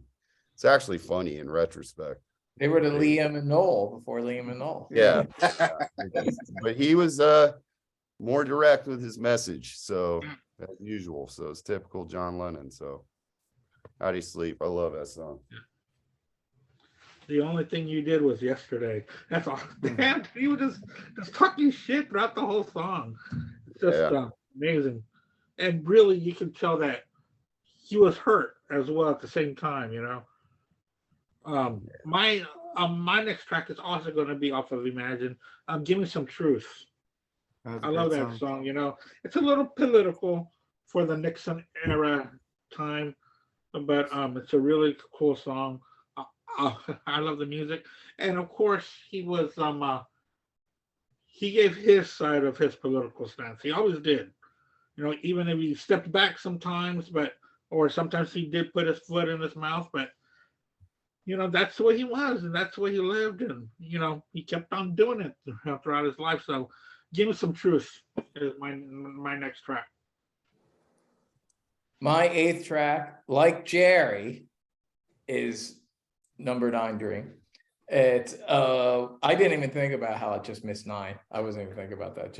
I had it on 9. Like, I ain't gonna fuck if I thought that, I might have been tempted to push it up. But it's a beautiful song, kind of like Mind Games. It's like a song where it's like you could hear this is like Beatle John, very melodic, very surreal, a little kind of subtly psychedelic, a little different because he didn't really do that so much in his 70s work. There's not a lot of mid-60s psychedelic John in his 70s work, but this song has a touch of that. This song's a little trippy. It's a little like, you can almost kind of, it's like a poppier Pink Floyd kind of song in a way, but it's very pop. There you go. Yeah, kind of like off metal. Yeah. Exactly. And it just has a really nice flow to it. And you just listen to it, it just makes you feel good. Interesting thing, the woman whispering, some people probably think it's Yoko, but this is during the breakup period, the separation. It's actually May Pang, who I don't know if you guys, Charles probably knows about it, but May Pang was essentially his assigned mistress She's an Asian How woman. cool is that, man? Yeah, it's cool. Hey, I wish when I separated from my wife, she gave me an assigned mistress. Yeah. Did she write a book about John Lennon? Yeah, she wrote a book. Okay. Yeah, and I read that book. I read about May Pang. So during this period, and May Pang, she fell in love with John Lennon. How could you not? He's a charismatic rock star. So apparently, so May Pang, like Yoko just was kind of done with John. She needed a break. She's like, I'm fucking sick of dealing with your shit. I can understand why. I'm sure John was a pain in the ass. So Yoko needed a break from John. And she's like, May, you fuck him now. You fuck him for a few years. I need If a you're break. gonna cheat on me, you're gonna cheat with me with her. Yeah. So John was with May when he was like hanging out with Harry Nilsson. He was part of the Hollywood Vampires, getting drunk at the Rainbow Barn Grill, Mark. Yeah. Yeah, so he was there. So May was his woman then. And that's her on this song. She's the one whispering, George, I'm sorry. Because the song, number 9, is a apology actually to George Harrison. Because, John Lennon was always fighting with people. So first it was Paul. Although I don't know, I don't think there's an apology song for Paul, but in real life they did apologize actually during this period. What do you know? When Yoko wasn't around, suddenly John was being friendly with Paul. He was saying nice things in the press for a change. He was saying he was sorry to George Harrison. So like he was being friendly with the other Beatles during this like 2-year separation from Yoko Ono, and he was like, and this song was part of that. This song was kind of like, hey George, let's be friends again, but that trivia tidbit aside, it's just a really melodic, beautiful sounding song. It's very wistful, and whenever I hear the song, it just kind of takes you away, and it has that quality that songs like Across the Universe and Strawberry Fields Forever, and it has that quality to it, and it shows you that John could still do music like that, even though he didn't do it that much in the 70s, but it's a beautiful song. And it's another reason why I really love the Walls and Bridges album, that it had songs like this on it. But so there you go, number 9 Dream. And obviously connected to October 9th, his birthday, Revolution 9. Oh, there you go, another one. That's why he was obsessed with the number 9, because it was his birthday. Yeah. And what were you saying, Andy? In a nutshell, and what did she say in the book about him? About what? May Pang? Yeah. Was it positive or negative? No, positive. She felt he was too under the influence of Yoko. Like literally the day. What happened was, I forget the exact year, maybe like 75. It was like in the mid 70s. It's shortly after Walls and Bridges, and he was supposedly going to record a song with Paul McCartney on Venus and Mars. They were buddying up together. And he was going to go and record with Paul McCartney. May Pang was encouraging it. So there might have been a late 70s Beatles reunion. Maybe, But then Yoko called him up. And according to May Pang, he talks to Yoko. He talks to her for a bit. He's like, yeah, mother. He called her mother. And then hangs up. And then he turns to May Pang. According to May Pang, John Lennon said, all right, Yoko's taking me back. I got to go now. And that was it. He picks up the stuff and just leaves after he had this like affair with a woman for 2 years. And she's like, are we going to talk about this? Like, no, Yoko wants me back. Bye. So like, that's it. He left. So Yoko had this very powerful hold on her. She said that at the time, as soon as he was off the phone, it was like he was a different person. It's like, this was not the man I was with for the past like 2 years. Like he was just suddenly John Ono Lennon again. And so I found that very interesting, but some relationships are like that. There was something very powerful about Yoko that brought him back to her, and so had power over him. Yeah, she had a power over him that obviously May Pang did not, and so that was it. He was just like, "Bye, May." That was it, and also kind of by Paul and by the Beatles, because that was it. It kind of all went away after that, and then he just went and was like a house husband for several. So she kept the Beatles broken up. What you're saying? Yeah, I don't want people to hate Yoko more, but there's a little truth to some of that. Like Yoko broke up the Beatles. It's not so much that she broke up the Beatles, but she kept them broken up. Yeah, she kept them broken up. Did you guys? John and Paul broke up the Beatles, but Yoko kept that shit. Did you guys ever see? Maintained that situation. Yeah. VH1 used to do these movies, like they did a Def Leppard one and Beatles. That was horrible. Like they did a Beatles one. Yeah, the John Paul line. I saw that. Yeah, that's actually based on truth. They were. I was gonna say because they were gonna go up there and do Saturday Night Live, and then Yoko called and kind of ended that. That's actually that's based that's on. That's what came to my mind. She kept them broken up. So. And also, like I've always heard that John was also supposed to be at the concert for Bangladesh as well. Well, that's actually that's why he was saying he was sorry to George Harrison on Number 9 Dream. George was mad because John flaked out. He was like slated to go, and then like just a day before he flaked out on him. So George Harrison was really pissed and not talking to him anymore. So that's why he had May Pang saying I'm sorry on Number 9 Dream. Oh, wow. John was a flaky guy. But that's who he is. But he'd be the first to say it in a song. He'd probably write a song. Hey, I'm just a flaky guy. Yoko made them a lot of money, though. That could have been a very powerful thing. She made them a lot of money. She was the business. Yoko was, she was running that business. Yeah, she was very powerful. That's the thing. John was an alpha, but Yoko was even more an alpha. Definitely. And I get to female alpha. Then I get to my number 8 off the Imagine album. It's So Hard. I just like that song. Oh yeah, great song. Very Stonesy, that one. To me, I like it. It's So Hard. And then we get to your number 7, Jerry. I want to say to Charles real quick. Baker Mayfield still sucks, by the way. He's horrible. Even though he's doing terrible. He can't fucking find a receiver to save his life. But anyway, Edwin doesn't like sports. That's what I'm saying. That's what I'm saying. It's quick. One of the best Christmas songs ever. Happy Xmas War is Over. What a great fucking Christmas song. It's one of my top 5 Christmas songs ever. More of my Christmas and a protest song, I guess, put together, I would say. Wouldn't you agree on that? Maybe a little bit, but might be the only fucking one. Maroon 5 covered that song and just fucking butchered it. I hate fucking Maroon 5. But Maroon who? But it was horrible. Maroon 5. Yeah, he don't like. He says metal chicks don't like. He's a fucking asshole. What's the album called? Some kind of fish. Dave Fish.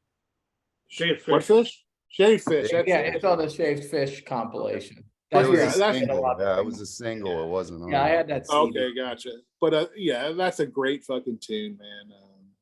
I love it. It's I was guessing I'd probably be the only one to put that on the list. I'm curious to see what you guys got the rest of the way. You might be. Yeah. Anyway, that's my number 7. I'm mostly hits, I admit, but I'm not going to argue it. It's a good song. One of the best Christmas songs ever written. I was doing a Christmas song list. It would be up there for sure. Yeah. My number 7 is Back to That Plastic Ono Band. And again, this is a song that I don't think any of the other Beatles would ever write, ever. It's just fucking awesome. Isolation. I love the way he sings that song. It's double track vocals, but it's just great. I love how the little piano rolls in it. Yeah, would have maybe been cooler with a guitar. I don't know, but that was one of those piano ones that worked on that great album. And Isolation just does it for him. We've all, I guarantee you, everybody's had those feelings in their life. So it's just, I know I feel it almost once a week, maybe. So I mean, it's a great song, and he just sings it wonderfully. It's one of his better vocal performances, I think. So, Isolation. That's really he never had a great voice, but it worked for him for some reason. It was weird. It's like nobody ever sounds like him. You know what I mean? If that makes sense. He's like Bon Scott of AC/DC. He's the most covered, copied. He doesn't sound like Bon Scott. No, I'm saying they're kind of unique voices. Yeah, maybe. He's he's the most copied. Not the greatest. He's the most copied voice from the Beatles. Like when you listen to them, if you watch the old Scooby Doo's and they had that little rock song while they were running, that dude was obviously mimicking Lennon's vocal style. I think he's probably the most imitated of the Beatles, but what really, Scooby-Doo? What do you mean Scooby-Doo? The early seasons of Scooby-Doo, they'd always have like the little rock song going. Rock song while they're running, chasing shit. Yeah, I would say, yeah, John Lennon had the most distinct voice in the Beatles. Yeah. Well, maybe I do, believe it or not. not a great voice, but he had a. Well, all four were so well known. You I can mean, he tell had a pretty great voice. I don't know. John Lennon could hit some really powerful. Yeah, I mean, Lennon, I thought was a great singer. Just he didn't have that depth or range, that difference in styles like McCartney could do. I know it's like, you know, John Lennon would beg to differ, but John Lennon, he made this quote about "Oh Darling," and listen, John Lennon's a great singer. I think he's an amazing singer, but he was like, "Oh Darling's a great song," but I told Paul I should have sang it. I would have sang it better. I was just like, yeah, I don't think agree. so, John. I don't think you would have hit those notes quite like Paul hit during the chorus. Yeah, but you're good. Don't get me wrong, John. You're close. You're like the second best singer in the Beatles. But "Oh Darling," yeah, I don't think you would have sang that better.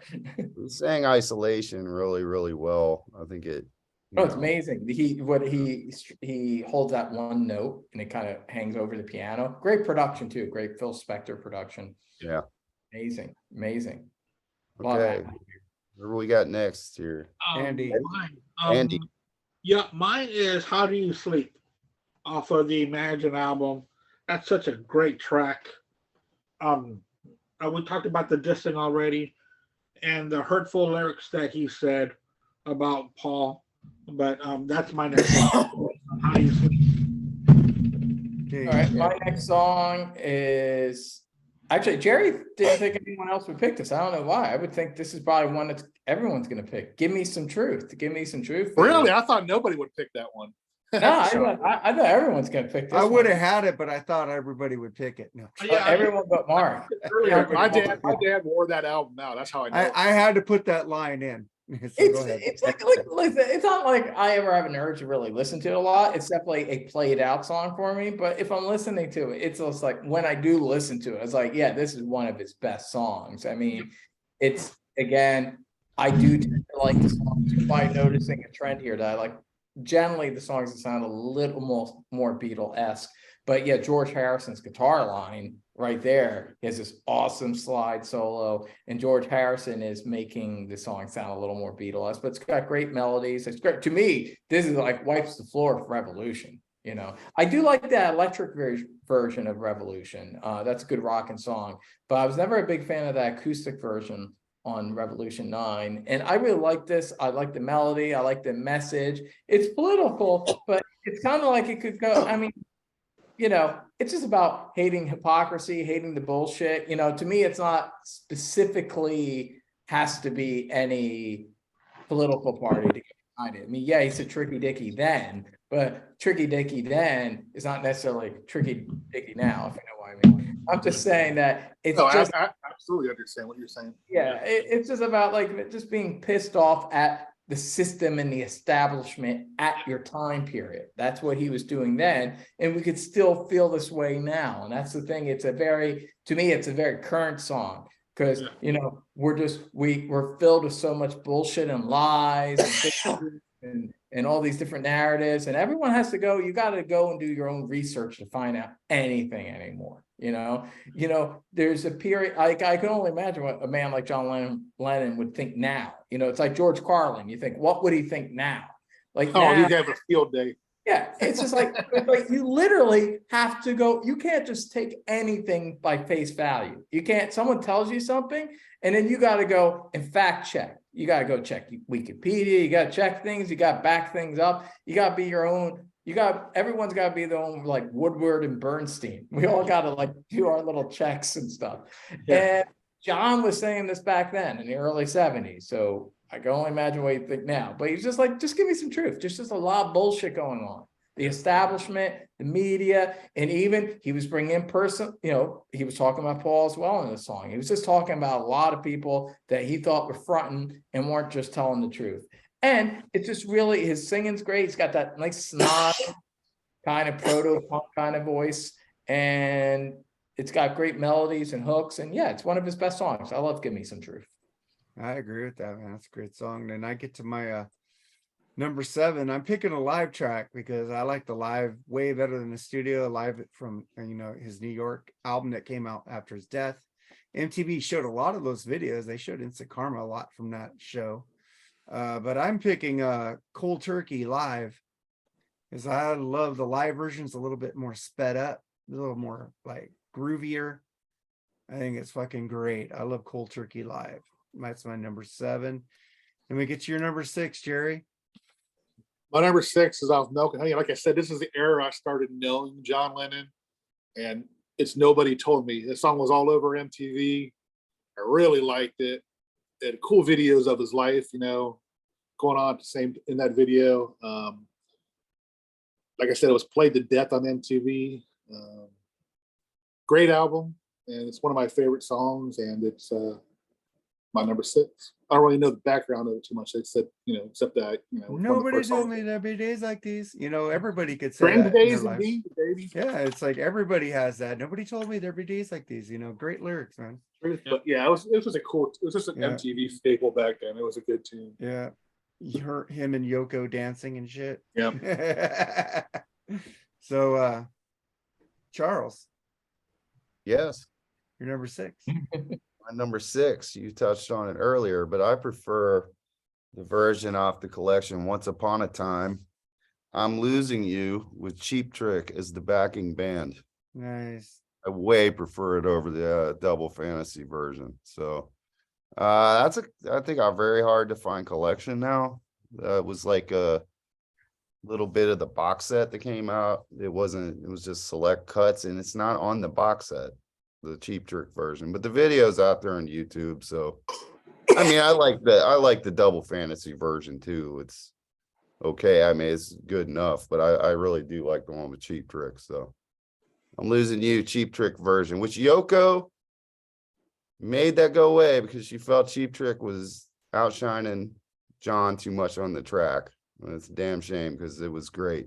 So would have been awesome. Seeing Cheap Trick on Saturday, and Rick isn't going to be there. Fuck. But who's next? Andy? Yeah, I'm next, and I'm sticking to the album Imagine. This is a nice little ditty there. The last track, Oh Yoko. I really love that song. It's a nice little cute little song. I like it too. I love the harmonica at the end, kind of a Dylan-esque kind of harmonica. But in the middle of a shave, I call your name. Oh, it's just a great song. So I've always liked that track since the first time I heard it. Oh Yoko. Edwin? I am going Cold Turkey, but the studio version, single version. Yeah, I like that version better. It has that starkness. It's even starker sounding than the Plastic Ono Band album. I love the production. I love the sound of the bass. You got Ringo and Klaus. Plus, you got fucking Eric Clapton. You don't have that on the live one. You got Eric Clapton playing the guitar line. It just talk about fucking sounding like proto Nirvana. And this is before the Plastic Ono Band. He was still in the Beatles when he released his single. He wanted this to be on the White Album. It wasn't just Paul. It was all 3 Beatles. Paul, George, and Ringo all said, no, you can't sing this explicitly about heroin. You can do it kind of more subtly, like Happiness is a Warm Gun, but you can't sing it explicitly like this. So John went off and did it. It was what formed the Plastic Ono Band. This is what he got, Ringo went with him and he got Klaus Foreman. And hey, I can get a guy like Eric Clapton to play lead, so why not? So he came in, they knocked this out, and it's the first single. It's the first solo single from John Lennon. It's amazing. It's revolutionary. It came out actually in late 69, You listen to this in 69, it's fucking revolutionary. Nothing's like this. Like, it's screaming at the end and the guitar tone, and man, it's awesome. Like I said, to me, it's like, I wish songs like I Find Out, maybe this other song I didn't get to yet, and Cold Turkey, like I wish there was just more shit like that, even on Plastic Ono Band, even though I do really like that album. I don't quite as much as all you, but I do like that album. But I just kind of wish there was just one album that was all just like the kind of rock and proto grunge songs, because I feel like John Lennon was kind of onto something, but he mixed it up with a lot of piano ballads and stuff. So it kind of got a little lost, I think. Whereas I think if he had just one album that was all songs like that, like forget about it. People would have been like, whoa, what the fuck's this? Like he would have, grunge would have happened then, like that would have been never mind then. You know, he was like on it, and Cold Turkey is amazing, an amazing song. And it's one of the great singles. I even like the B-side, the Yoko song, Coyote, Hold Your Hand in the Snow. I know her voice is not for everyone, but it's got the same band playing and it's got that edge to it. It's like real punk rock. It's real cool. It's a really cool, I think she's definitely more of a B-side singer. You know, it's like you get the A side of John, and then you hear the real crazy shit on the B side. And so it's cool. It's just overall, it's a cool single. I just love this single. It's one of the great singles of all time. So what do you guys say, Mark? Jerry already picked it, Working Class Hero. Fucking great fucking acoustic ballad, talking shit, you know. It's like cussing, saying fuck. Fucking love that. One of the first songs when I picked up the guitar a couple weeks ago, I started playing actually. So I think that is nice and easy. It's nice. It's a great fucking easy tune to play if you play guitar. And it's so cool to play. Is that the first song they ever dropped an F-bomb? It might be. Like, I don't know. I have no idea. Think of anything else that could have been before that. I can't think of anything. Like, well, at least Who Are You came out later, right? Yeah. It came out in 1970. Popular music, you know, because you know everyone heard that album. Yeah, and in terms of popular music, I can't think of an album before 1970 that said fuck. I mean, obviously live sometimes, but not on an album. Yeah, he was saying fuck a lot in that on that song. So I was like, fucking right on, John. Fucking then we get to you and your number 5, Jerry. No, we're on 5 or 4. We're on 5. 5. Okay. Beautiful fucking song off Imagine. I know it's fucking played to death and popular, but I don't give a fuck. It's Jealous Guy. Oh, that's a great song. Love the fucking tune. Covered 92 fucking times by other bands. 92 cover versions of that song out there, dude. I've never heard any of you guys. No. Peter Criss. Yeah, I've heard the Peter Criss version. Oh, really? That'd be kind of interesting to hear, actually. But yeah, it's a beautiful tune. It sounds like, you know, he's great. Asking for forgiveness kind of in a little bit of a way. Just a great fucking well-written tune, and love, you know, another great tune. Well, Peter Criss does a cover. I don't want to hear it. But that's what I meant when it's not that great. Peter Criss. Not that great. It's not like a train wreck. Yeah, no, I've heard worse. Yeah. But 92, man. I mean, fuck. I bet Imagine has more, right? I like it better in Soul Station. Yes. You know, that's funny. But Charles, number 5. Before I do my number 5, I think I saw Andy pull it out. If you think the Cold Turkey is great on the New York album, check out the Plastic Ono Band live in Toronto. Yeah, Eric Clapton's on that one. Yes, that's phenomenal. Yeah. Number 5. Andy touched on this one, and I did not put Imagine on my list in any capacity because I think it's a very, very tame and kind of lacked courage in that song coming from John Lennon. And I think the proper message he tried to convey was in the song God off the Plastic Ono Band. It's basically the same theme running through that, and he just owns it on that one. He don't believe in shit, nothing. Now, I get why some people get offended by that, but I like that more direct message. Don't beat around the bush, because Imagine is really just a atheist hymn. That's really all it is. It's hippy dippy. I don't like hippy. Yeah, it's all it is, and it's utopic, and I don't really believe in utopia anyway. I'm a realist. John said the same thing. You know, John said he didn't actually like Imagine. He said that it was sugar-coated nihilism for squares. Yeah. So the piano is nice. He preferred God too. Yeah. Yeah, everybody plays that song in his honor, and he's like, "On fuck, guys, I have more songs than that." Well, funnier one. He likes God and Working Class Hero. He liked the more direct songs. The funnier one about that is he always complained about when he'd be in restaurants, and if they had violinists and stuff, they'd always play him Yesterday. Yeah. he made that joke. I guess it's harder to play I'm the War song. Yeah.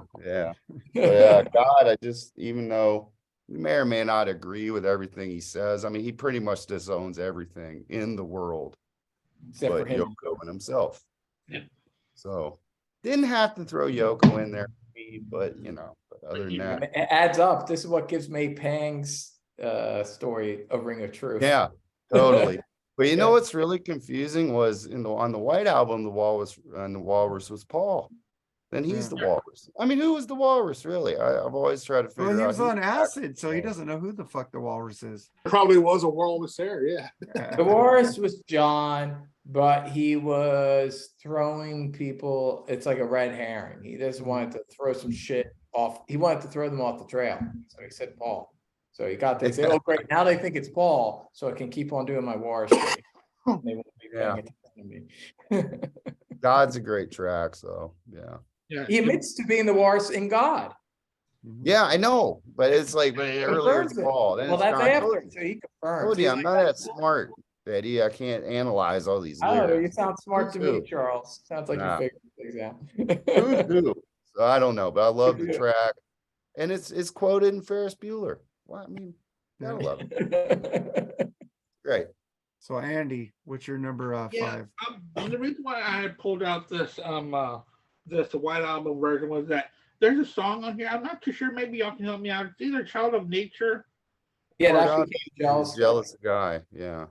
Yeah, that has that melody to Jealous Guy, just different lyrics. Yep. That he kept to himself, and then he applied it to different lyrics. Of course, Jealous Guy. But my next one is going to be off of Somewhere in New York City, and the name of the song is New York City. Que pasa New York? Que pasa New York? Rock and roll song. Really good rockin' song, a celebration of rock and roll, a celebration of his freedom here in America, and how much he loved of New York City. And it's just a celebratory rock and roll song. So I'm going with New York City. Good choice. Good choice. Eddie. I go one of the singles. It was something one of you guys mentioned. Instant Karma. It's a classic. I would say, objectively speaking, it's his greatest song outside the Beatles. Subjectively, it's my 5th favorite, but objectively, I could kind of hear because it kind of has everything. It has the melodies, but yet it's very raw and straightforward. To me, this is much better than something like All You Need Is Love. It's a positive song. It's upbeat, but it's upbeat with an edge, and again, very it could apply to nowadays. It's just we're all stars. We're all on the internet and doing all this stuff. And, we all have our moment. And I find there's something generally something euphoric about the song. And then the music, I love the piano. It's the Plastic Ono Band. You got the Ringo on the drums, sounds great. Class Foreman. I love the piano. John's does great piano. Very underrated piano player, by the way. George Harrison on that song too? He's not actually on that one. I don't think so. Maybe I don't know. Is there even guitar on that song? Isn't it just I don't know. It's coming in my head. I'm drunk, so it might be my song. I might be thinking of Hey Jude, but there was a thing where George Harrison had a guitar line on Hey Jude, but then they took it out. It might be a similar thing. Maybe there's a version of Instant Karma that does have George, but I think I don't think there's guitar on the song. I think it's a bass, drum, and piano. They say he did. They say he did, but they might have. I think it's just buried in the mix. Maybe it's buried in the mix. Yeah. Oh, really? Lennon got a hold of them. They made it in rapid. Maybe he's playing acoustic guitar. Maybe Yeah, it's all I can say when I hear it, I just hear fucking bass drums. Yeah, it says he's playing electric guitar, piano, and backing vocals. That's Wikipedia though. But that's just what it says. Oh, there you go. Okay, so he's into piano. George Harrison into piano? No. No, I don't think that's John doing it. Oh, it'd be John. Like I said, it's fucking Wikipedia, so it's Yeah, I don't know. Yeah, all I know is that piano definitely sounds like John. Yeah, it sounds great. I know they played it live a few times. It has that soaring chorus. It's like a song. When I was a little kid, I thought it was a Beatles song, and it wasn't until a few years later, because I used to hear it on the radio a lot. And then years later, I found out, oh, is that Solo John? Okay, well, but that's one of the songs that it sounded like it would be a Beatles song. And I personally think that should have been on Plastic Ono Band, but I know they had that thing where the singles weren't on the albums, But I do think that's something kind of Plastic Ono Band was kind of lacking, a song like Instant Karma that I just feel like that would have really worked well with that album. It has the same production, and it would have been like a nice kind of opening good opening, like second track kind of like second side song. Would have fit though. I think it would have. I think it would have gave it a little another color to it. You know, like the White Album has a lot of color. Yeah, it's a dark album, but I think like it would have made it like a whole, like everything about John, the light and the dark, and I would have liked it as a kind of an opening of the second side. You know, I think it could have worked. But anyway, but regardless, even as a single, it's a great song. It's one of his best songs. I love it. I still get a feeling from it whenever I hear it. So. Yeah. Great song. When it replaced Revolution as a Nike ad. Nike commercial. Revolution. All right, let me ask you guys a question. Before I'm sorry, I don't mean to interrupt you guys. But is it true that fucking Paul McCartney gave Michael Jackson the advice of buying copyrights of songs? Yeah, and then Michael bought it like soon after that. Yeah. Is that true? That's for a Paul McCartney episode. Yep. That's right out of Paul's mouth. No, I just want to add that on there because it hit my mind because it's just fucking funny, I think, in a way. It's sad. Oh, yeah. He gave him the idea, and then Michael he outbid Paul McCartney for the catalog. Yeah. Anyway, sorry, Charles. Sorry, and then Charles. I think Paul wanted to buy them back, and Michael said no. Yeah. Sorry, Charles. Yoko blocked that too. Fucked up. Yeah. Yoko blocked that too. She thought it was too expensive. Yeah. So he couldn't afford it on his own, or he could, but he didn't want. He thought that was just too much to pay for his own songs. But does Michael Jackson's estate still own them? Or I think Sony owns them. Oh, gotcha. Yeah, Sony sold them. Paul bought back. It's weird. He bought back some of his songs. Love Me Do. He's got Love Me Do. He's got P.S. I Love You. And one other one. Go back to but he, Paul McCartney compensated by buying every other song, though. Yeah, he owns everything else. He owns he owns the Grease soundtrack. He owns like a lot of things. Yeah. No shit, really? Yeah, Paul McCartney owns. Wow. That's a moneymaker. It still fucking sells. So. Yeah. Paul was like, fuck it. If I'm not gonna have the Beatles, I'll have everything else. Exactly. Why he told Michael to buy publishing. He's not going to be with Kanye next week. No. I thought Paul McCartney's happiest day will be if he can just buy Thriller right before he dies. No shit. There you go. Well, Paul did get the better song on his album than Michael got on his album. So or the We Are. Say is way better than the Girl. Oh shit! I couldn't stand that. I totally agree. Obviously. Because they listened to the two albums and were like, well, and Paul was like, well, obviously Thriller's much better in Pipes of Peace. So could I have the better song? Come on, hook me up. Either one. And Michael's like, I'm gonna fuck this guy over in a few months, so I'll hook him up. All right. My number 5 is Still and Glass. That's a fucking cool song, man. Yeah. And I like that song. Yes. I'm not a huge John Lennon fan. I barely got into him maybe like 6 years ago. I'm a huge Beatles and Paul McCartney fan and some George Harrison. I got into John solo because of Imagine. Imagine kind of turned me off of John Lennon. You mean the song? The song turned me off. And I said, he kind of sounds pompous and I don't want to hear that shit. I hear enough of that shit around me. So fuck that song. But I did always like Instant Karma. I heard that, but I never made me want to go into it till later, until I heard the Double Fantasy album. A lot of songs on there I like, but that's my number 5, Still in Glass. And we get to you, Jerry, and your number 4. I'm gonna dish out some spoons to you guys so you can all eat my ass because I love Imagine. I love that fucking song, and I did dedicate it to John Lennon, the band I was in. I had to learn that song within 2 weeks. It was the second song I ever learned to do on piano behind Faithfully by Journey. I butchered it all week, all these 2 weeks in practice, but that night we fucking did it. There was only 25 people watching this. I don't give a fuck, but I nailed it, and I was so happy with myself about that. So, well, I I thought you guys were gonna pick that song, but I wasn't gonna pick it. There So, I don't care. Okay, Mark, did you think I was gonna pick Imagine? I didn't think you were gonna pick Imagine. I knew Jerry would. I told you I'm picking hits. I'm not as deep on Lennon as you guys. I prefer Harrison. I picked Jerry and Andy to pick Imagine. So, and I got a couple more hits coming up, but I love that fucking song. So it's so fucking hard. It sounds so easy to fucking play on the piano, but man, getting that rhythm right on it is so hard, dude. It really is, man. It's 2 chords, C and F basically, and it's just so fucking hard to get the rhythm of it on keyboards, man. I like the echo. Yeah, but it's a great fucking tune. Echo.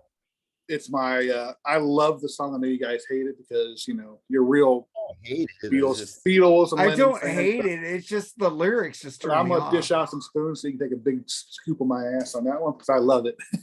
I don't hate it. I just prefer when it's not around. Yeah, I agree with Edward. That's a nice way of saying that fucking song sucks. I wonder what Dr. Fuck thinks about this song. We should ask him. But he's coming on he's doing a podcast with me and Eric Sunday. I'll ask him.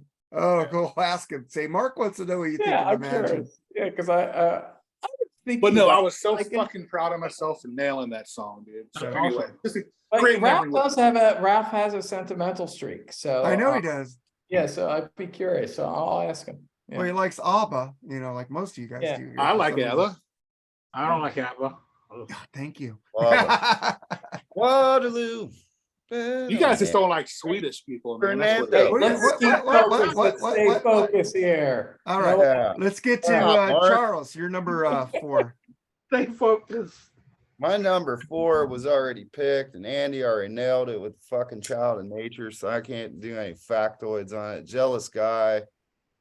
I think it's probably one of his more, to me, a little more Beatlesque. I could have seen that on the Beatles album, I think, easily. So always loved it. Sings it well. Whistles off tune. I don't mind whistling in my tracks. I love Patience by GNR with that whistling in the beginning. That's right. Oh, yeah. Well, I may or may not agree with you, Charles. We'll find out. We'll find out next month. Yeah. That number 4, Jealous Guy, I love it. And I don't need to hear all the covers. I'm happy with just his version. 92 fucking covers. I mean, how cool is that to have a song that fucking all those people cover? Well, he's fucking John Lennon. I would hope so. I know, but still, it's astronomical, man, if you think about it, dude. Right. The fucking write a song, you're sitting on you could been on the shitter when he wrote that song. You know what I mean? How big it's never mind. Okay. It's amazing. And to be fair, that was actually directed at the other Beatles too. And sure. Yeah. And it was a little bit more cryptic for him. It wasn't so explicit. Can be applied to a lot of things, but I think it came out. He had them in mind, that song, a form of an apology. Well, he also did How Do You Sleep on the same album. So interesting. Complicated guy. Yeah. Not just a jealous guy, he's a complicated guy. Yeah. I'm just a complicated guy. So Andy, what's your number 4? Yeah, I am finally going to get into double fantasy on this one, Watching the Wheels. I love that song. I love the way that it's like people question him, don't you miss the big time? Don't you miss being, Mr. John Lennon of the Beatles? And, he had to get away from it. He just, it's the way he lived his life now. If he chose that or if Yoko forced it on him, I don't know. But I just know that that's, during that period when he came back from his last weekend, he became, a house husband or a house dad. He was helping raise Sean, something that he did not do with Julian. So he was, and not just that, but Julian was also with him a lot during this time. So it seemed like everything came up full circle for him as a man, being a husband, maybe a controlled husband, but he had his 2 sons with him, and he was trying to make up for lost time. And I think that's what he found most important in his life at that moment. But how could you dump Cynthia Lennon for Yoko Ono? God damn. Okay. I'm just like, damn, he must have loved Yoko. This game is tied, huh? So there was a few mistresses in between. I know, but Edwin, what's your number 4? Yeah, it's very nice, Andy. This is kind of the opposite. I'm very excited that I get to be the first one to talk about this song. All right, I've been referring to this song since number 11. Okay, here we go. Well. This song's fucking awesome. This is John Lennon's Helter Skelter. He held back. Paul did Helter Skelter first, so he beat him to it. But then John Lennon does the heaviest song in his career, Cold Turkey. I found out they're building up to this, but then this is on the second, half of Plastic Ono Band.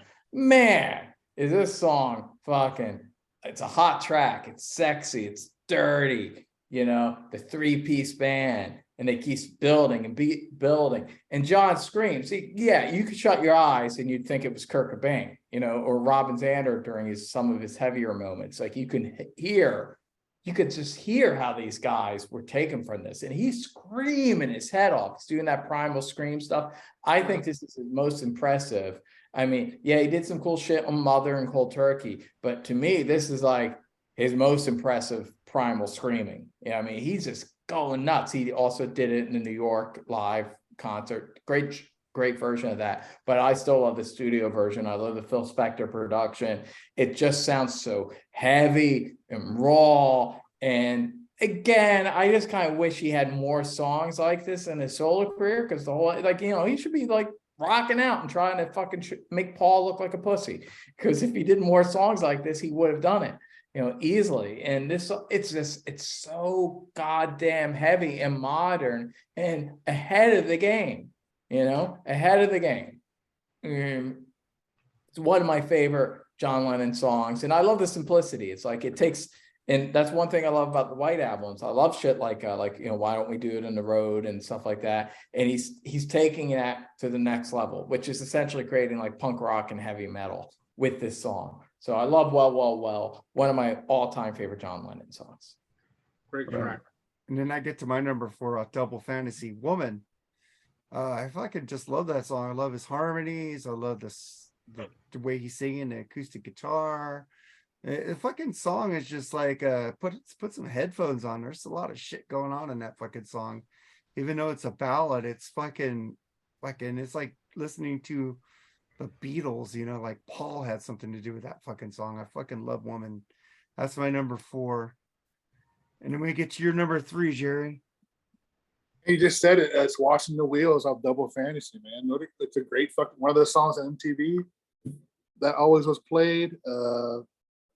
It's like Eddie said, it's like everybody was wondering, what's wrong with you, John? What's wrong with you, dude? It's just fucking just chilling, dude. Everything's fine.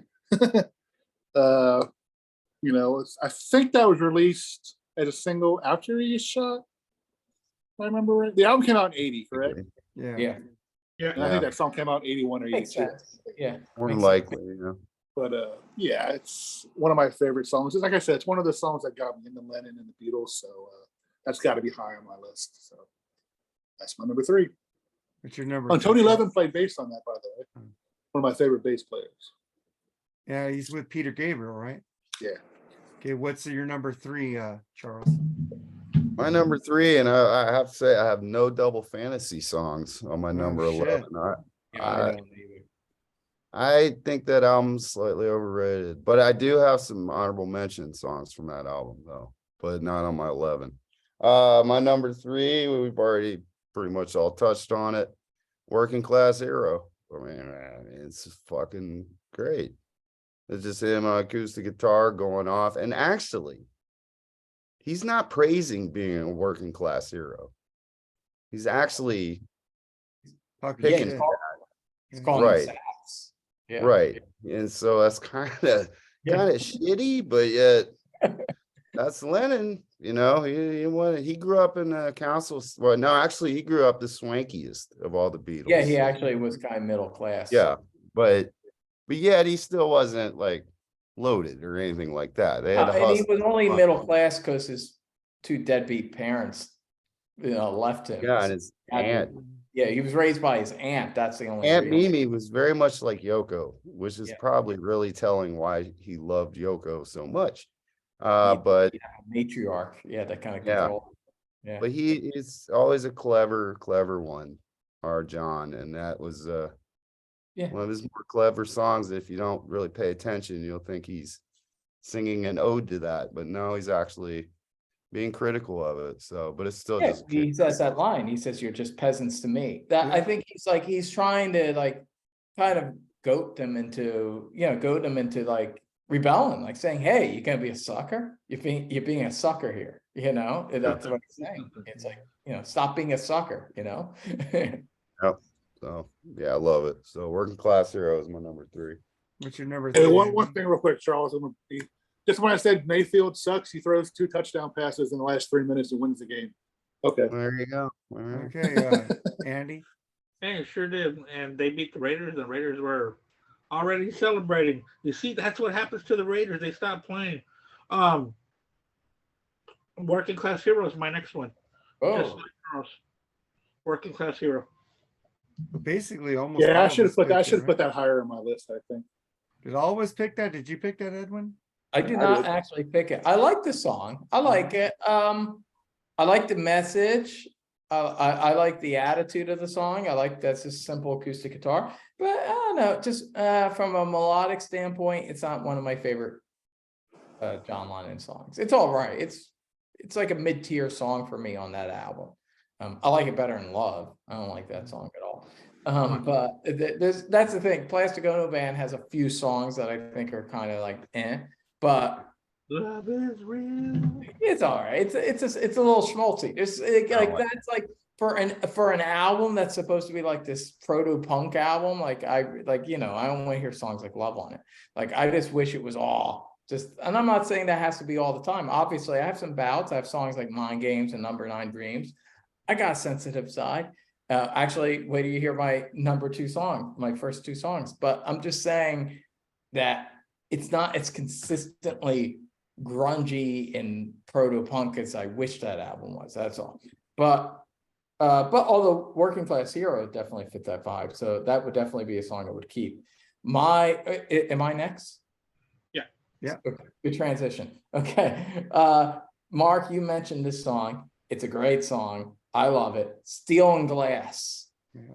Steel and Glass is essentially like him doing How Do You Sleep Again? But even though I do like How Do You Sleep, I like this even better. I think it's a little stronger. It has a similar vibe. It's slow and creepy. It's about Alan Klein, who was the manager of this is pretty much why the Beatles, one of the main reasons the Beatles broke up was Paul wanted his brother-in-law to be the manager, and then John, George, and Ringo didn't want Paul to have that kind of influence in the band that his brother-in-law was the manager, so they went with Alan Klein. But the problem with Alan Klein, I can understand why they wouldn't want Paul's brother-in-law to be the manager. They were right there, but at the same time, they were being dumbasses with Alan Klein because Mick Jagger had gone to the Beatles and said, Alan Klein's a crook and he stole money from us. Don't make him your manager.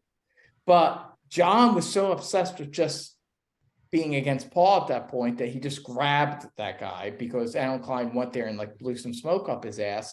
So they went with Alan Klein. And it led to this big battle. It's 3 Legs is about that, and a lot of the shit that went down is actually because of that, not about Yoko. It's really about this lawsuit.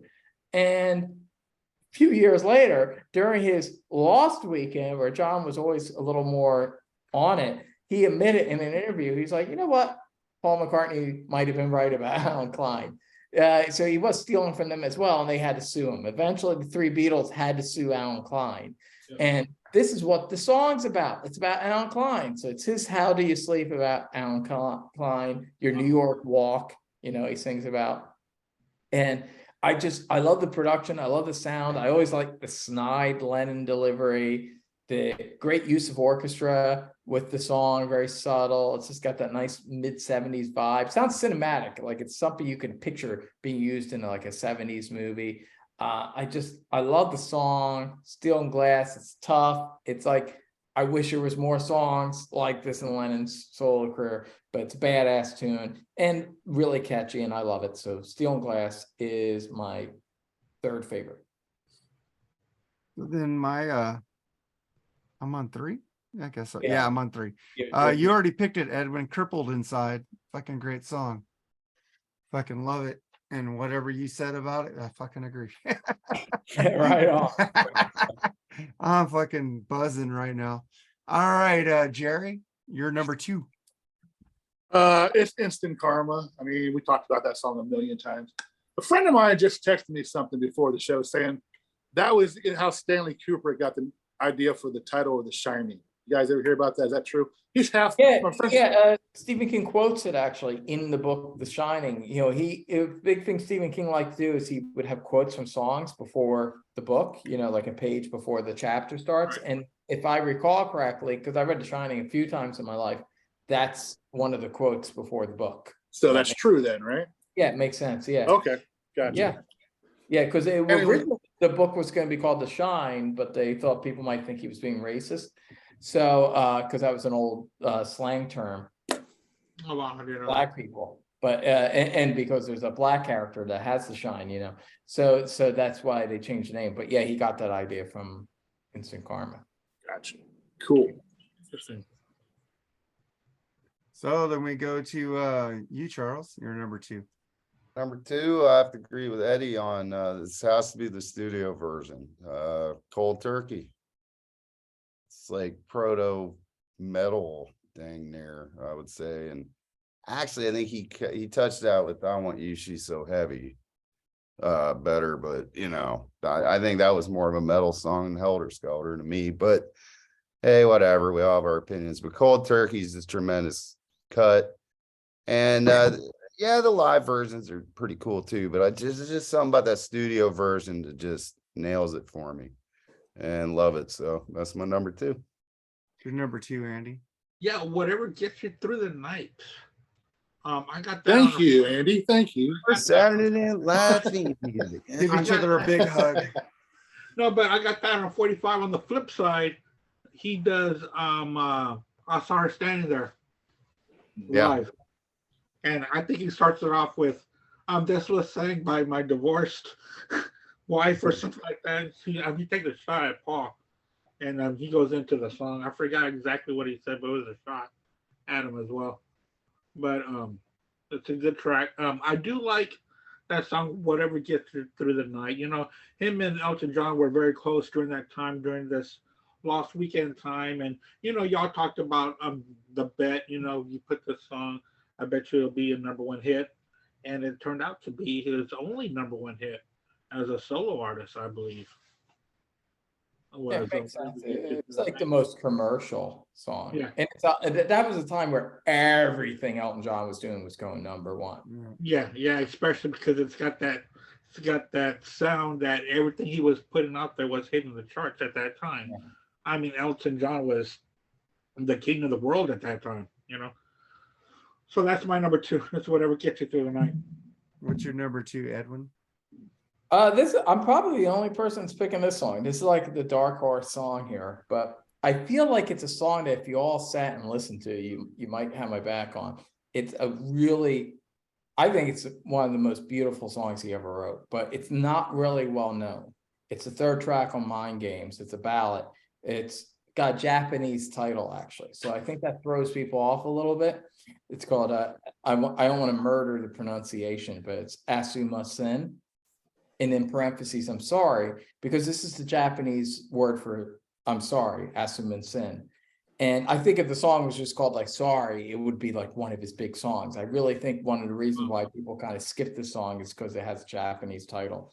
But it was an apology to Yoko Ono, essentially. This is like during the Lost Weekend period.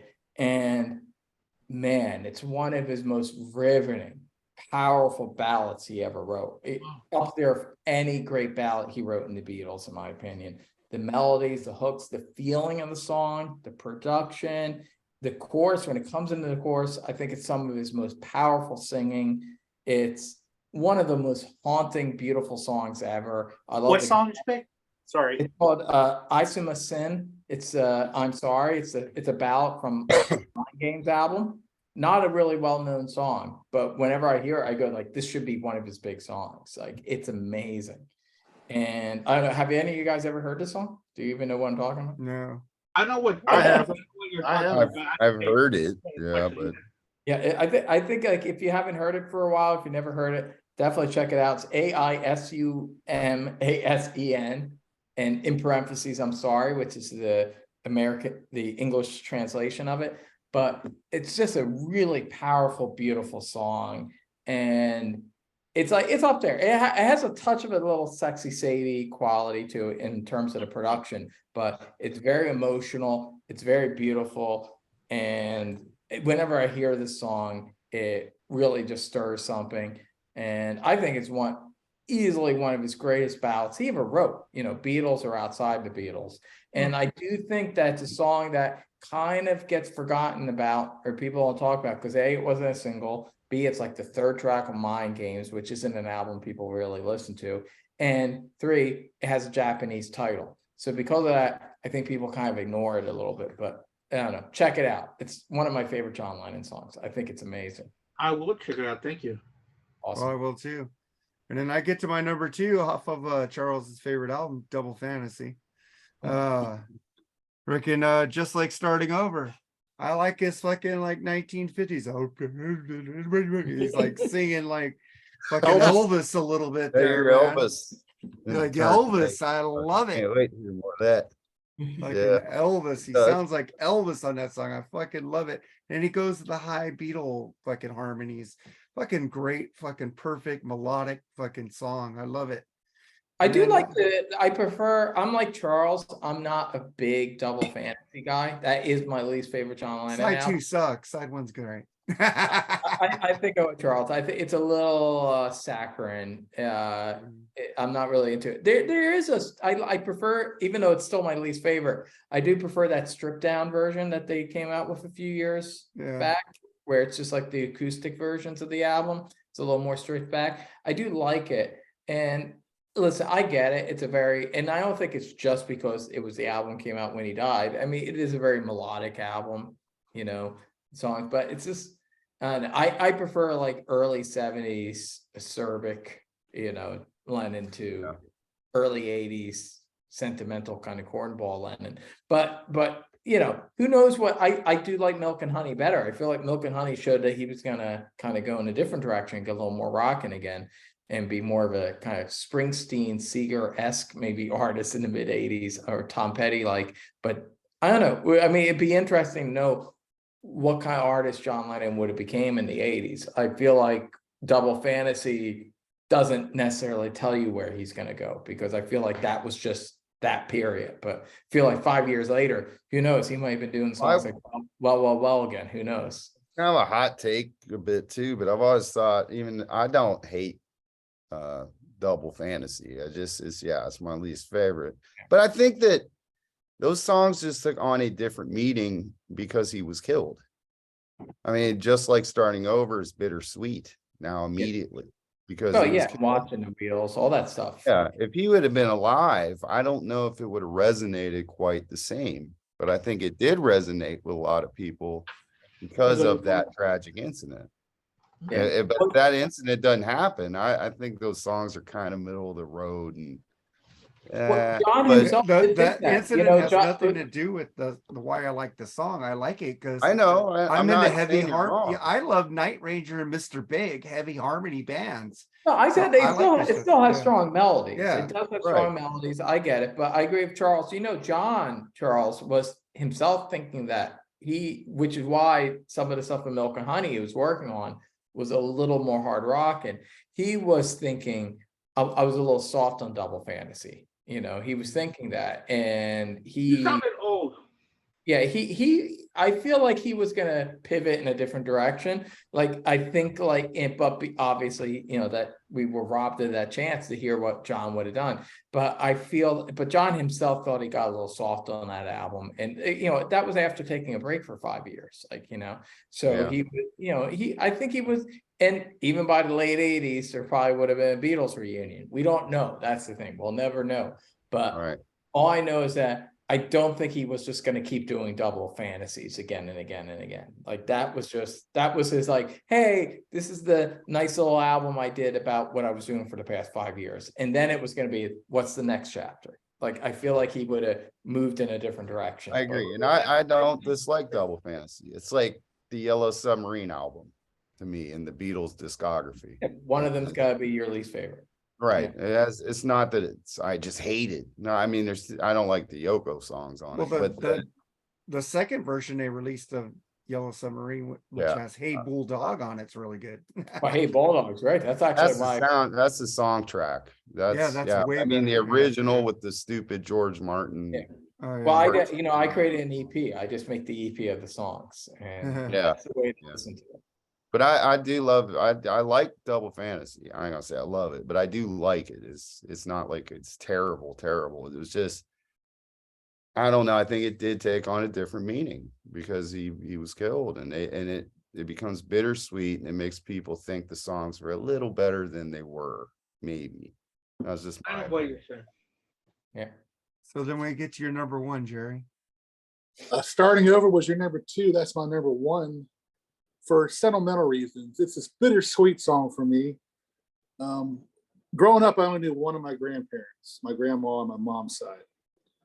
And that song was on the radio when I walked into her bedroom and found out she had died. She was dead. I had to run over to the neighbors. And I was a 10-year-old kid, 11-year-old kid. It's kind of traumatic, but at the same time, when I hear that song, it reminds me of her and the great times I had with my grandma. Was it the best song on the list? Probably not, but for sentimental reasons and the love of my grandmother, I put that song as number one. So what's your number one, Charles? And I'm glad nobody fact checked me because I did pick I'm Losing You, but I picked the version with Cheap Trick, so I wasn't on Double Fantasy. So I kind of caught myself on that one.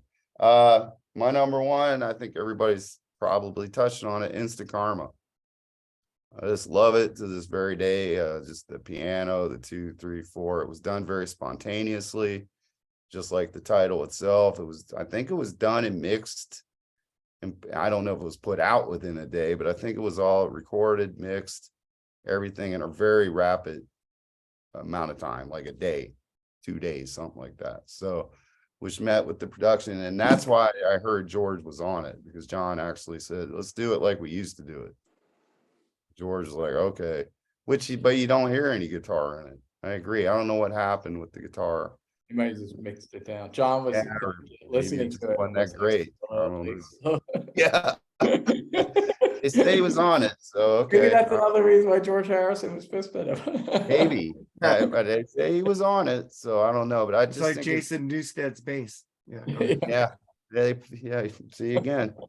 But Instant Karma is just, I love the song. I always have. It's, and nobody should have on these lists with this guy. Nobody has to apologize for anything they pick at all. I wouldn't pick on it. Well, I don't know about woman. Okay. Yeah, I don't know about that either. But I don't know about that one. But the women do love it, Mark. So I'm not gonna. Whatever. You're on to something with that. I love the harmonies, man. I love the way he sounds. Is it better than Def Leppard's Women? No.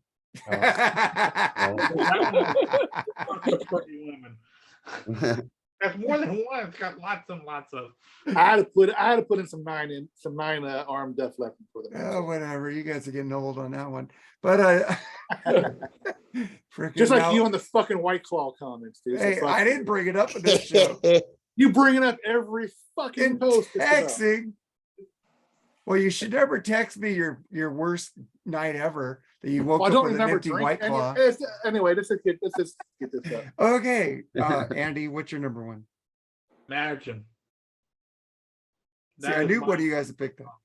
Thank you, Andy. Favorite song by him. It just always has been. I think it's a beautiful song. It's Imagine for me. I picked it. I do, Jerry, and Andy would pick Imagine. We're gonna go see the London Choir Boys. I would pick it. I know. Jerry and Andy. Oh no, I said Andy and Jerry. I mean, yeah. That's right. Hey, I'm not as huge. I'm not into the catalog of Lennon like you guys are. So I basically went with the hits. But I knew Charles wouldn't pick it. I knew Eddie wouldn't pick it. And I knew if I got into the catalog, I probably wouldn't pick it. You never know. But the thing is that I am into the catalog and I still pick it. It's like Andy's owning it. He's just like, I can imagine. I picked it, and I don't give a shit what anybody else says. No, listen, I respect Andy for loving Imagine. I wish I loved it that way. I don't. But I wish I I did. love the song, dude. I wish so- I loved everything. I wish but you can't love everything. That's the thing. You got Well, people say I love everything. Yes, I love hysteria. I don't think you love everything, Mark. I don't believe. Only your co-host says that. Oh God. Oh well, something else. But then we get to your number one, Edwin. All right, here we go. You're the only person that mentioned this song, actually, Mark. Sounds like it contradicts some of my stuff because it's kind of a sentimental song, but there's just something about it. Nobody loves you when you're down and out. Nice. It's an amazing song. To me, it's him. It's like his Long and Winding Road. It's like him doing a Frank Sinatra style song. It's very, it's more like something McCartney would have done than John Lennon. But again, shows you this is the thing. John Lennon very underrated as a songwriter. I think it sounds kind of funny to say that, but I feel like everyone always thinks of John Lennon in terms of the message, and Paul McCartney's the songwriter. You know, like he's the craftsman, Paul McCartney, and John Lennon's the figurehead, the icon, you know, like I feel like that's how they divide them. But hey, fucking John Lennon, he was a craftsman too. The guy knew how to write a tune, you know, he could write an amazing song. And this shows you, this is like kind of a quality that Paul McCartney songs have, where they're like an instant standard, like, you know, Yesterday or The Long and Winding Road, Let It Be. Like they just sound like they've always been songs, you know? And this is a song that sounds like that. Like I feel like if it was released in the late 60s, it would have become a standard. Like Frank Sinatra would have been singing it and stuff. But it was released in the mid 70s, so it was like not really the thing anymore. Although I tell you, like Barry Manilow sang it, probably would have took off, you know.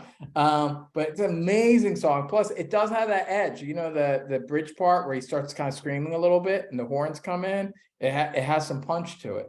But it's an amazing song. It's kind of I'm also, maybe because I'm Italian American, I am a fan of a lot of Frank Sinatra. So it has a quality of Frank Sinatra songs where they're kind of like for the losers or for a scrappy guys that get knocked around by life. And this is like, you know, John Lennon entering his middle-aged years, kind of singing a song. He was separated from Yoko. It was during that period of like the Lost Weekend period. And this is a scrappy, like for the loser song. Like, yeah, we get knocked around by life. And I know now that no one loves you when you're down and out. You know, everyone loved me when I was in the Beatlemania and I was young and, you know, writing the hits. And now it's like, you know, people don't love me as much. And I don't know, maybe it's because I'm middle-aged. I've experienced some similar things, but I really connect with this song. It's an amazing song. It should be a standard. You know, you should hear this every time you go into like a casino bar somewhere, but you don't. But in my perfect world, you would. So that's why it's my favorite John Lennon song. Yeah, but isn't that Here, kind here. of like that song, Nobody Knows You When You're Down and Out? The blues standard? Same thing, kind It's of? similar. I think he was inspired by that. So but it's his spin on it. But if you heard this, his version, it starts off acoustic guitar, but it's definitely got more of a Sinatra kind of Long and Winding Road kind of, it's almost a little 70s Muzak-y to it. But Okay. it just has a swagger to it. It has a drunken quality. It sounds like a song that fits with Cheers. You know, it's like it's kind of a drunk song. That's probably why me and Mark like it, because we're drunks. Yeah. It's like on Derek and the Dominoes when Clapton does that, everybody knows it when you're down and out. Yeah. Well, Eric Clapton, he's a little bit of a drunk too. Yeah. So Just a little. a little bit. And I get to my number one. Some of you guys already picked this. Watching the Wheels. I just like the harmonies, the way his vocal tone on this song. I'm just sitting there watching the wheels go round and round. Hello to watch them roll. I just like the way his vocal inflections on that song. It just sounds like he's very personable. Like, hey man, let's go have a drink, man. I'll watch the wheels with you drinking some whiskey, man. Let's fucking watch it. Fucking great fucking song. It's very warm, fucking inviting song by him. I love it. And that was our 11 John Lennon songs on he died December 8th, 1980. Yep. Correct. 1980. Yes. And Oh, and here's another little interesting fact about that. apparently I saw a documentary about it, and the doctor that declared him dead, I guess back in those days they used to play music in the hospital or something. Oh, no way.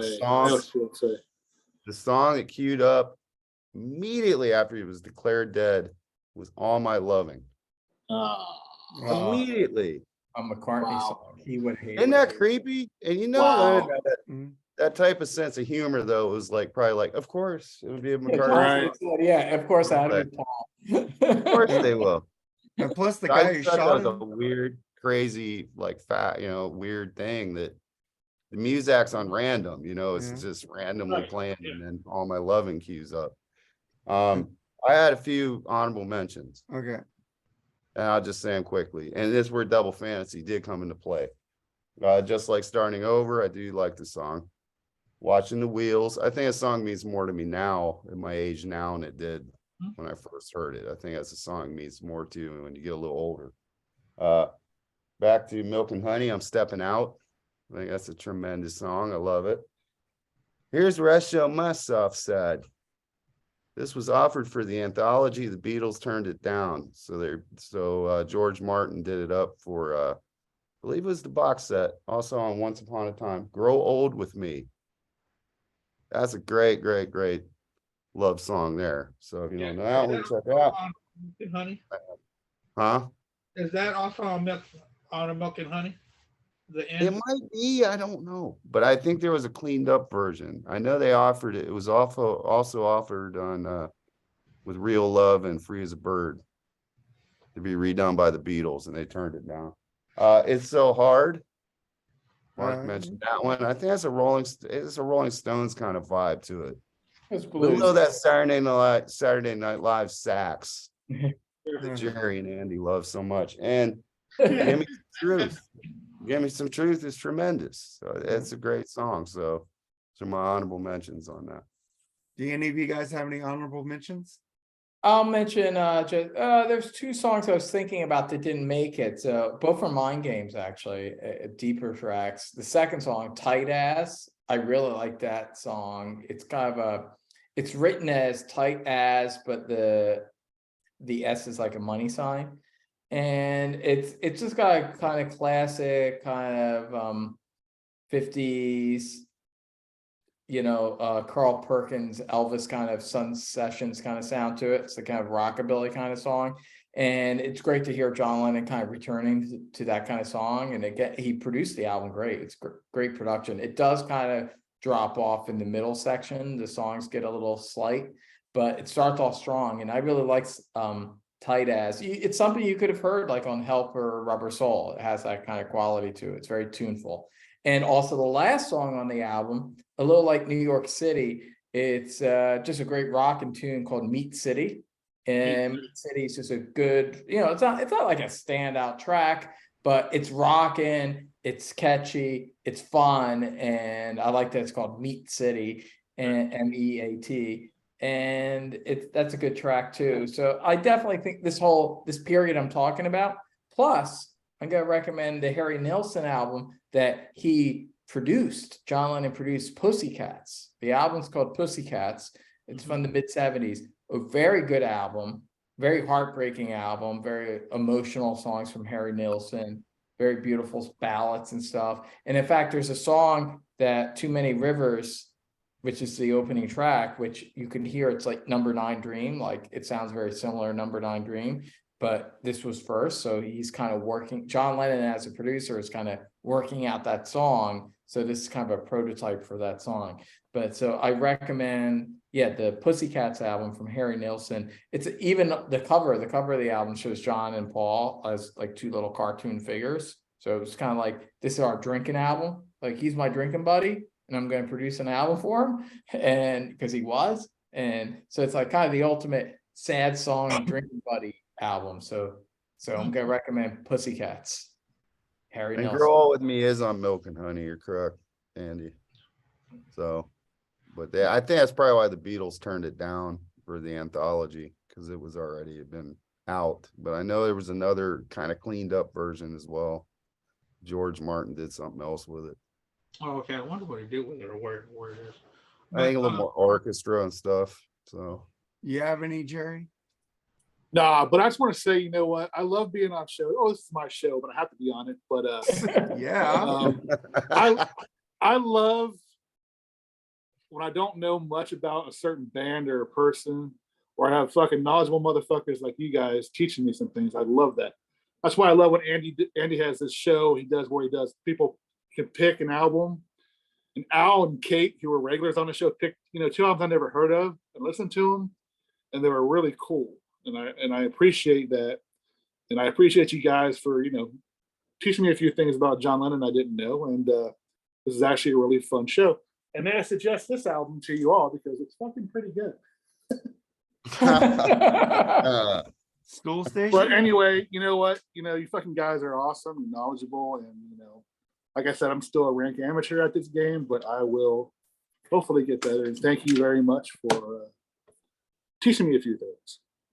That's nice. You know, think of Jerry, even though I hate Soul Station, I think it's fucking awesome that you have it on vinyl. I know, right? But that was the show, That's man. level. We want you guys to. I try to be the comic relief sometimes, but You nailed it there. Make sure and subscribe and share the show. And before we go, we got Andy, pimp your shit. Well, yeah, I just wanted to add also that thanks a lot, Edwin, because I'm really going to get deeper into mind games and into walls and bridges. I think those are 2 albums that you guys would all like if you listen to them a little bit more. Yeah, I think I picked a lot of them, the Bridges album. Yeah, And you did Double pretty good. Fantasy. Yeah. You picked 2 songs from Walls and Bridges. Yeah. That's like deep tracks. I was impressed. But yeah, I think you guys would dig that shit. And it definitely, like Charles, because I know you're a big Oasis fan and the Gallagher brothers solo stuff. Yeah, you definitely listen to some of the songs I recommend. It again, if you haven't in a while. Yeah. I think you would appreciate them a lot. So Yeah, Andy, also, recommend listen to Liam Gallagher's his solo albums, because I feel like he's kind of continuing a lot of what John Lennon was doing, you know, melodically and, you know, singing strong straight from the heart. And he's just a geezer telling you what he thinks, you know, and singing for the people, you know. So I feel like Liam Gallagher in a lot of ways is carrying the torch for John Lennon. And, you know, he's obviously a big influence on Liam Gallagher, but I think, yeah, if you love John Lennon, listen to some fucking goddamn Liam Gallagher, you know, there's someone alive making music still like that today, you know? Oh, wow. Interesting. Yeah. I never thought of it that way. But next week I am going to make up the show for the guest pick of Kicks with Mark Alden Taylor. And hopefully Charles Trainer will join us again, and Jerry Soupy, and also Al Horta might be able to join us on that. I'm trying to make up the show because it didn't go too well yesterday. So that remaster is awesome. If you listen to it, do it. It's pretty cool. Remix, excuse me, whatever the fucking, you know. And the thing is that this was the first time I ever heard Kicks music, and I was very impressed. It was very good. I love it. They kind of got lost in the shuffle in the 80s, but they were a really good, solid band in my opinion. Yeah, but they were a lot better than the mix of bands they got mixed up with. Yeah, they never made a bad album, seriously. Yeah. They're just pure rock and roll. It's like they're like AC/DC B. Right. It's like there's AC/DC and it kicks right behind them. We're giving away. Oh, okay, my bad. Yeah, we're giving away too much. Hey man, I picked this up on Saturday. This was called Black Sabbath Masters of the Grave. I was starting to get into these, I guess, bootlegged out of Europe. Yeah. Purple vinyl. It was pretty good. It was, I'm guessing it was during the Sabotage tour because there's a lot of Sabotage on here. Almost all of side 1 is Sabotage tracks. Almost. There's a couple of volume 4. I got the Sabotage box set with the Sabotage live stuff. That's really good. So it's pretty interesting stuff. And then I'm starting to get into Clutch, and I found this one, kind of Oh, that's a good one. That has a bunch. That's a good band. I got that one too. I had that vinyl. Yeah. See, that's one band, Mark, that I did get into from you. Sent me the clips finally. And also, I thought it was stupid. Nobody was listening to the bands I wanted you guys to listen to. It was a double Smashing Pumpkins live from the Metro, and it was during the Siamese Dream tour, because almost all of Siamese Dream is on there, along with a couple of tracks off of their first album. So I did some pretty good stuff this weekend. Some interesting stuff. All right, man. Edwin, pimp your shit. Tomorrow morning, actually after doing this, I'm drunkenly uploading my next video on YouTube. So you'll see. I'll share it tomorrow morning. Like I always upload at night when I'm drunk, and then I let it go through its thing. YouTube does it, and then in the morning I wake up. I have my either coffee or tea. And I wake up and then I share it to people. So it'll be about Deep Purple. Oh, awesome. It's a Deep Purple. I deal with all their, I will talk about all their albums from the first album to Come Taste the Band. So Mark 1, 2, 3, and 4 to go through. And I talk a little bit about some of the stuff afterwards too. So it's an hour video. I talk about it, so because that last Rock All Over You podcast episode got me on a big Deep Purple kick. So I could tell. Yeah, so I was like, yeah, I'm just listening. That's generally how I do my videos. Well, kind of, you got me into that too. I started listening to the later Deep Purple albums, like What If and Bananas, stuff I have that I haven't heard. I'm still not like too good on the stuff like that's like post the 80s. I haven't really listened to a 2013 album, What If, is awesome. Is it good? Okay, yeah. I actually, in the video, I say at the end, I go, tell me about their newer stuff if it's good, because I only know. I became kind of obsessed with Come Taste the Band. That's one of my favorite albums. So I think I spend 10 minutes on just Come Taste the Band. Yeah, and I talk about some of the side projects and stuff, but it's a fun video. So I did that. Ralph's coming on maybe Sunday. We got planned. We're gonna do an Elvis Christmas special. Nice. So we're doing that. A week after that, we got Mick Watkins coming on again. We're gonna talk about Wasp and Armored Saint and do all that. And yeah, so pretty much just that. We got an episode. I pimped this last time, but pimp it again. Sometime in January, you're gonna hear us with Charles. This Charles right here talking about Guns N' Roses. That's a great episode. We had a really good conversation about GNR Lies. We're gonna do that. So hey, if you like this kind of music, definitely check out this stuff. The Rock Over You podcast and Eddy Cannistraci on YouTube. There you go. Now, speaking of Deep Purple, I found this compilation that I've only seen once. Have y'all seen this one's just the Mark 1 or Mark 2? No, I haven't seen that. It's so like that's I did. Turn it around. It's got the ass in the back, right? Yeah, it's fun. I actually use that. That's my last image on my video. I thought it was a good way to set it off. Like, one is all Mark 1 and Mark 2 is all on disc 2. Yeah, so where does it stop at Mark 2? Is it like does it go all the way to like they have like a Woman from Tokyo or? Yes, it does have Woman from Tokyo, Highway Star, Smoke on the Water. Okay, so but it's got some deep tracks on there too. Oh, cool. Yeah, I love the album artwork. Yeah, I know. It looks very stone. It looks more Stonesy than Deep Purple is. But yeah, it's cool that you had that, because when I was Googling, because I looked for the different images to grab for my videos, that was one that hit me, and I was like, oh, what's this? This looks cool.